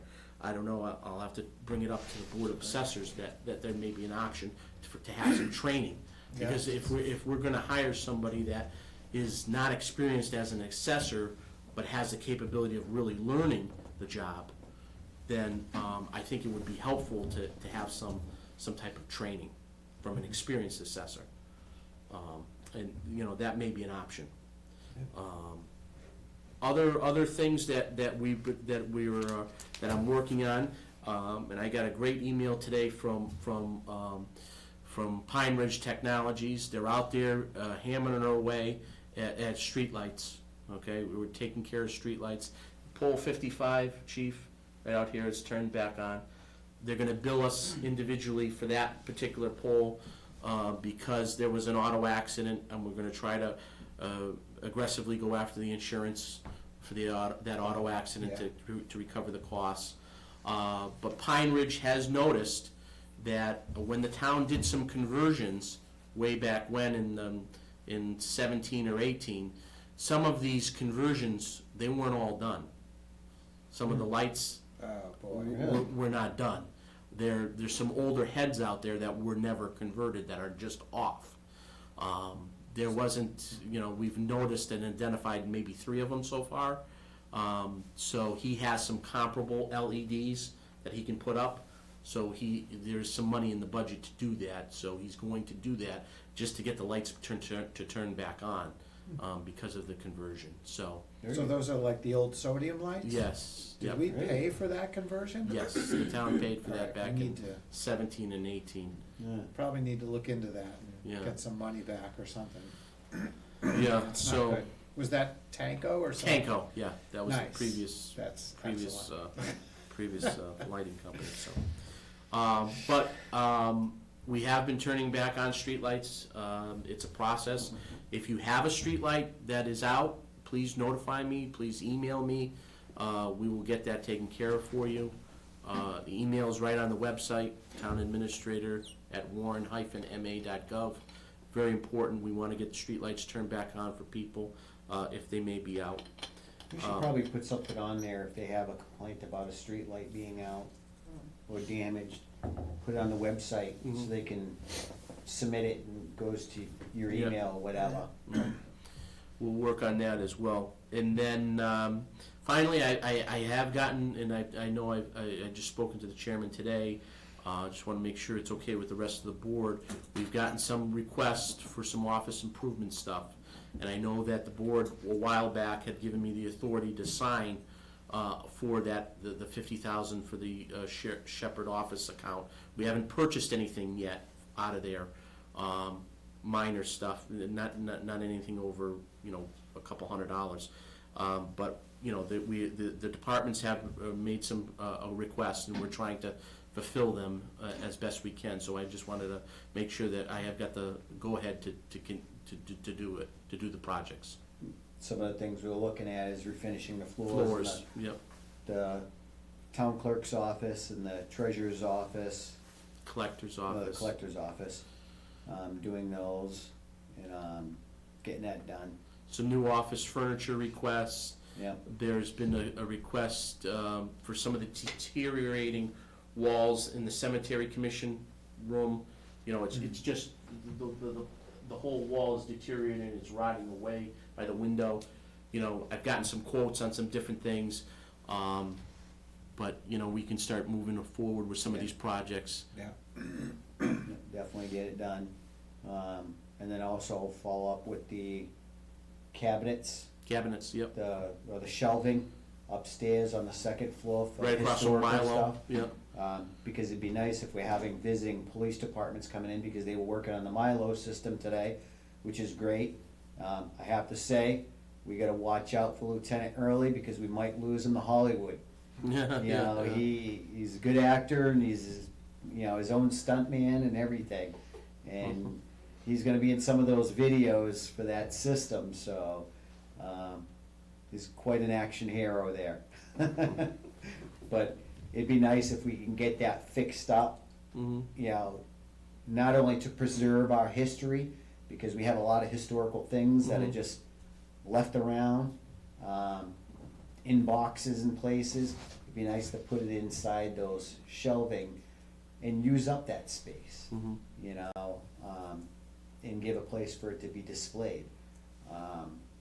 You know, if we can get with the school again, follow up with that, and Yeah. see what we need to do. They might need some money for lumber. Oh, yeah, we would to pay do for all that, yeah. So we wanna make sure we can do that stuff too. I know the town accountant wanted, the treasurer wanted a new desk, Yep. so she was looking for that. And then also, we should finish up the painting in the bathroom Yep. upstairs. That needs to be In the taken men's room, care of. yep, mhm. It got started, but, you know, maybe if we can get the trial court in, help out with some painting. Yep, I did receive, I think Jim Dusty called the trial court, because I received a subsequent call from them, and they wanted some pictures, they want to paint the Milo room as well. Yeah, we In, should in look the, at that. and then the bathroom. So, you know, I think they're, you know, once I submit the pictures, or we get the pictures, I think they'll be ready to come. And we'll just have to, we can buy the paint. We'll, you know, they'll just provide the free You labor. might wanna be like a darker paint in there too, because you don't wanna put a light paint, because you need to keep down the light. So that's a room you might wanna paint like a dark color to. Like a dark gray, yeah. Yeah, you know, get with, you know, Jerry and see what, you know, works best. But, yeah, the whole thing is keeping light down in that room, right? Yep. So you can see better. Doing that, and then also making sure we get an electrician in, because the electrician's still got there's some hanging wires that are there.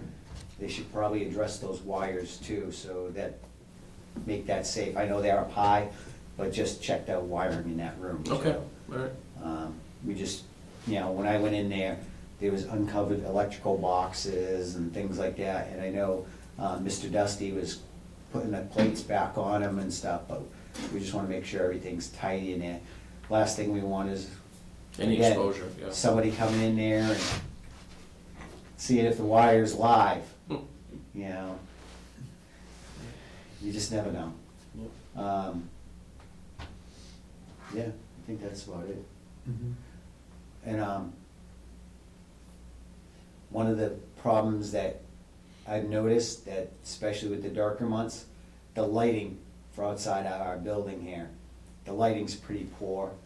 It doesn't really turn on very well. If we can have somebody look at that too, maybe that's something an electrician could look at, it, maybe changing out the light. You know, we put in a new mechanism for tracking the lighting a little easier, because I know there's only certain people that know how to work that Mhm. ancient system that we have in here for that. See if that's something that we can do Okay. too.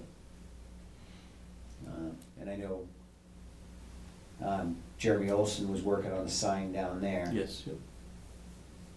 And then I know we were looking at potential cameras on a system. That's something we're gonna have to look at here in the future too, because we have a lot of people driving through here at night that, you know I caught one gentleman that looked like he was trying to throw trash Over here, to get rid of stuff, and we just don't want people bringing trash because it's kind of dark back there and throwing it back there over the hill. because I noticed there is some stuff going down that hill Mm. that's junk, so. That's something we're probably gonna have to have cleaned up during the summer, because I don't think we want No. trash lying down on our hill, Mhm. so. Do you have anything? No. Maintenance? No? No. Do you have anything? Not really. Okay. So, yeah. That was my report for this evening. Okay. Cool. Thank you very much for that. All right, so new business, anybody have new business? New business, no? Okay. Old business. Old business? Rich? Nope. Nope. Correspondence is next. No. It's an old business? Police What is it, Station Jeff? Search Committee. Yeah. Are we gonna have another meeting so we can look at trailers versus the building? Well, we could, you know, in the future. That committee was just geared for the RFPs that were presented for the town. Now, the selectmen may appoint another committee moving forward, or may want to continue on with that committee. I will have to check with them. But those RFPs haven't gone out anyway, right? Which ones? They're done. Yeah, but are they out? What do you mean? The RFPs for the trailer? Oh, the trailers, Oh, no. that's a different No, one. No, that's- that's a yeah, different one, Yeah, yeah. Yeah, those haven't gone out. No. right, Yeah. so, yeah, nothing's gonna happen until those go out and Right, come back. right. Yeah. And then finding location, Right. location, Yeah, location. right, right. So, right, so any other old business? No? Okay. Correspondence. Did you have any correspondence? No. Did you have any? No, sir. We have a correspondence from Mr. Condrat. And I have that on, right here. And did you guys get that one? All right, you got it right there? Okay.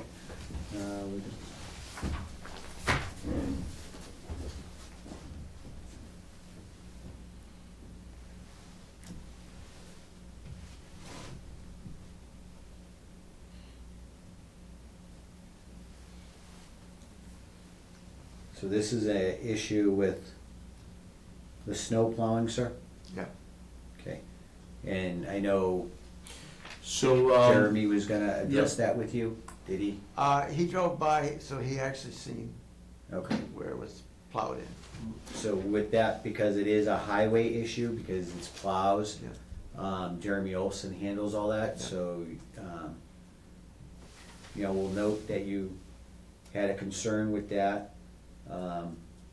But that's something, you gotta give Jeremy an opportunity. Yeah. He's the department head and highway surveyor, to be able to handle that, and he's usually, you know Jeremy, he's usually right on top of that Oh, yeah. stuff, and he deals with it. He's not known to, take it any way other than serious. So, did you have anything further on that? Well, the rain that we had did not melt the pile. Yeah, I'd ask Jeremy if he could swing by there, have one of his guys swing by and kind of push it out of the way or whatever if he can. It's not such a big deal, but you don't want it repeatedly every snowstorm happening. Right. And he's the one to address it, you know, he'll talk to whoever's plowing to make sure it doesn't happen, so. All right, so yeah, Jeremy Olson's the guy for that one. Well, If he doesn't do his job, then come to us. Well, I know Jim emailed him. Yeah. Yes, I did. So. All right, I have no other correspondence. You guys have none. Did you have anything else? All right. Comments and concerns? Well, I was gonna do a report on my MMA experience, but maybe we wanna do that next week, cause it's, It's almost 10 o'clock. yeah. I What, could you wait. don't wanna, you don't wanna be here for 4 full hours? So Well, you- my you- report is like an hour and a half long, so I think we can. Oh, you streamlined it. You Yeah, cut it down. I cut it back quite a bit, so. I was looking for the full version. Well, I could do that. We'll set a separate meeting. So we'll do it next week. Yeah. All right. Did you have any correspondence, sir? Comments and concerns? Comments and concerns? All right. Too quickly. All right. One, we failed to, Chris, to put on the website the application for community development block grant. Hmm? We failed to upload his flyer into the website. Oh. Yes. So nothing bad about it, things happen, but we gotta find out a better way to work that, with the website, just like a heads up. And also the, today's meeting wasn't posted. So I'm Not gonna on the su- website. So I'm gonna suggest that we at least put like every Thursday an agenda to be announced or something like that, like we did for the planning board. So people know that it's gonna be a meeting, because you see it right now, there's nobody there, no meeting. Hmm. Yeah, we gotta have better diligence on that. You have full access to the website now, right? There's some sections that I don't. There's a page that I encountered, the home page I can't post to. I've been trying to, I called Civic Plus, and I've asked for them to put me on, and I went back into it, and it doesn't allow me to do it. I have. You site admin rights, right? Whatever the rights that you gave me, yeah. Yeah, because we gave you site, overall site access. So it does say, meets on Thursday evenings at 6 PM. On the calendar? Yeah, well, not on the calendar, but on the website. On the, Yeah, but most of the people will go open homepage, calendar, and see all the, I mean, we could just do I mean, it's not a a big repeating deal. event, I don't know. Yeah, that's just like pre-prep work, if we're gonna have it, we'll just add in, cancel, move, or anything. But I think it doesn't look good if. No, the agenda should be posted on the website. I agree, but Yeah. Yeah. save this lot. You can program on the calendar to put it every Thursday, and when we get the agenda, we upload it there, and then that's it. But at least it doesn't show like we're not here, Don't tell my wife, because she's gonna look at it. She's Say, "Well, expecting you to where be you here." been?" Let's see.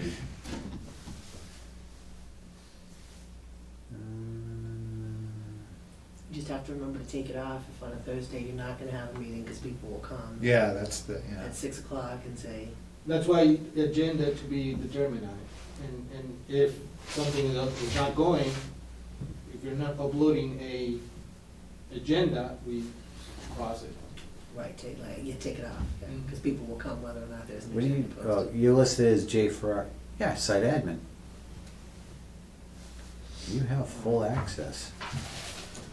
Yeah, when I logged in, it was giving me a hard time with posting to the front page. Okay. Well, did you you go on to create content, Yes. and then, For some reason, it was only allowing me to post under the town administrator's page. It wasn't allowing me to post Everywhere. everywhere. I almost got the same thing. That's your group, something with. It was my group. he has a full access to everything. You should, yeah, you need to post to, the public or something like that, there's a. So that was the You do issue that I was event? having. Is that how you do put it on the calendar? Create an event? Derek just edited it and locked it. I'm not afraid of clicking anything there, I just unlocked it. okay. And I did nothing, I just clicked. It automatically locks when you Yeah, as do soon a as you go change. into it. I didn't change anything. Change something. Look, I feel so bad, because I'm supposed to be the really good guy at this, and I just don't get this website. Says, That's terrible. the editing locked held by Derek Valiz has been released. And I just signed in, like 30 seconds ago. I'm not a I'm fan gonna of this look out. whole Yeah. thing. Yeah. If we could really look at some other, Yeah. because this is just not user-friendly No. with dealing with this site, and it's not easy to post things. And I know they have like 30 or 40 different versions of this, and we probably bought, Maybe it's an old one, yeah. we bought the budget version of it, way back when, but So there were maybe there's somebody else that, 4 winners of like at the MMA of the best website. Really? Of the year, and we could look and see, I know at least 1 or 2 of them used Civic Civic Opus, Plus, so, yeah. yeah, but which version of it? I don't There's know. different versions, yeah. Yeah, Because, yeah, there's lots of different versions, and when you try to do the training, it asks which version are you using, because the training is very specific to the version you're using. yeah. So it's like, and I'm sure it's budget version to, you know, Well, it's a future project. very expensive version. So, but yeah, you should have access to everything. I would talk to Civic again. I will call them again then. All right, so, any other comments and concerns? No, sir. You sure? I'm sure. Good. I'm good. All right, I have no comments, you have no more? No. Anybody in the audience? Anybody on Zoom? Is there anybody on Zoom? 2 people Really? going, gone, nope. No? All right, so, Motion to adjourn. Second, all in favor? Richi Hacker, aye. Derek Bailey's aye. David Dufresne, aye. We are adjourned.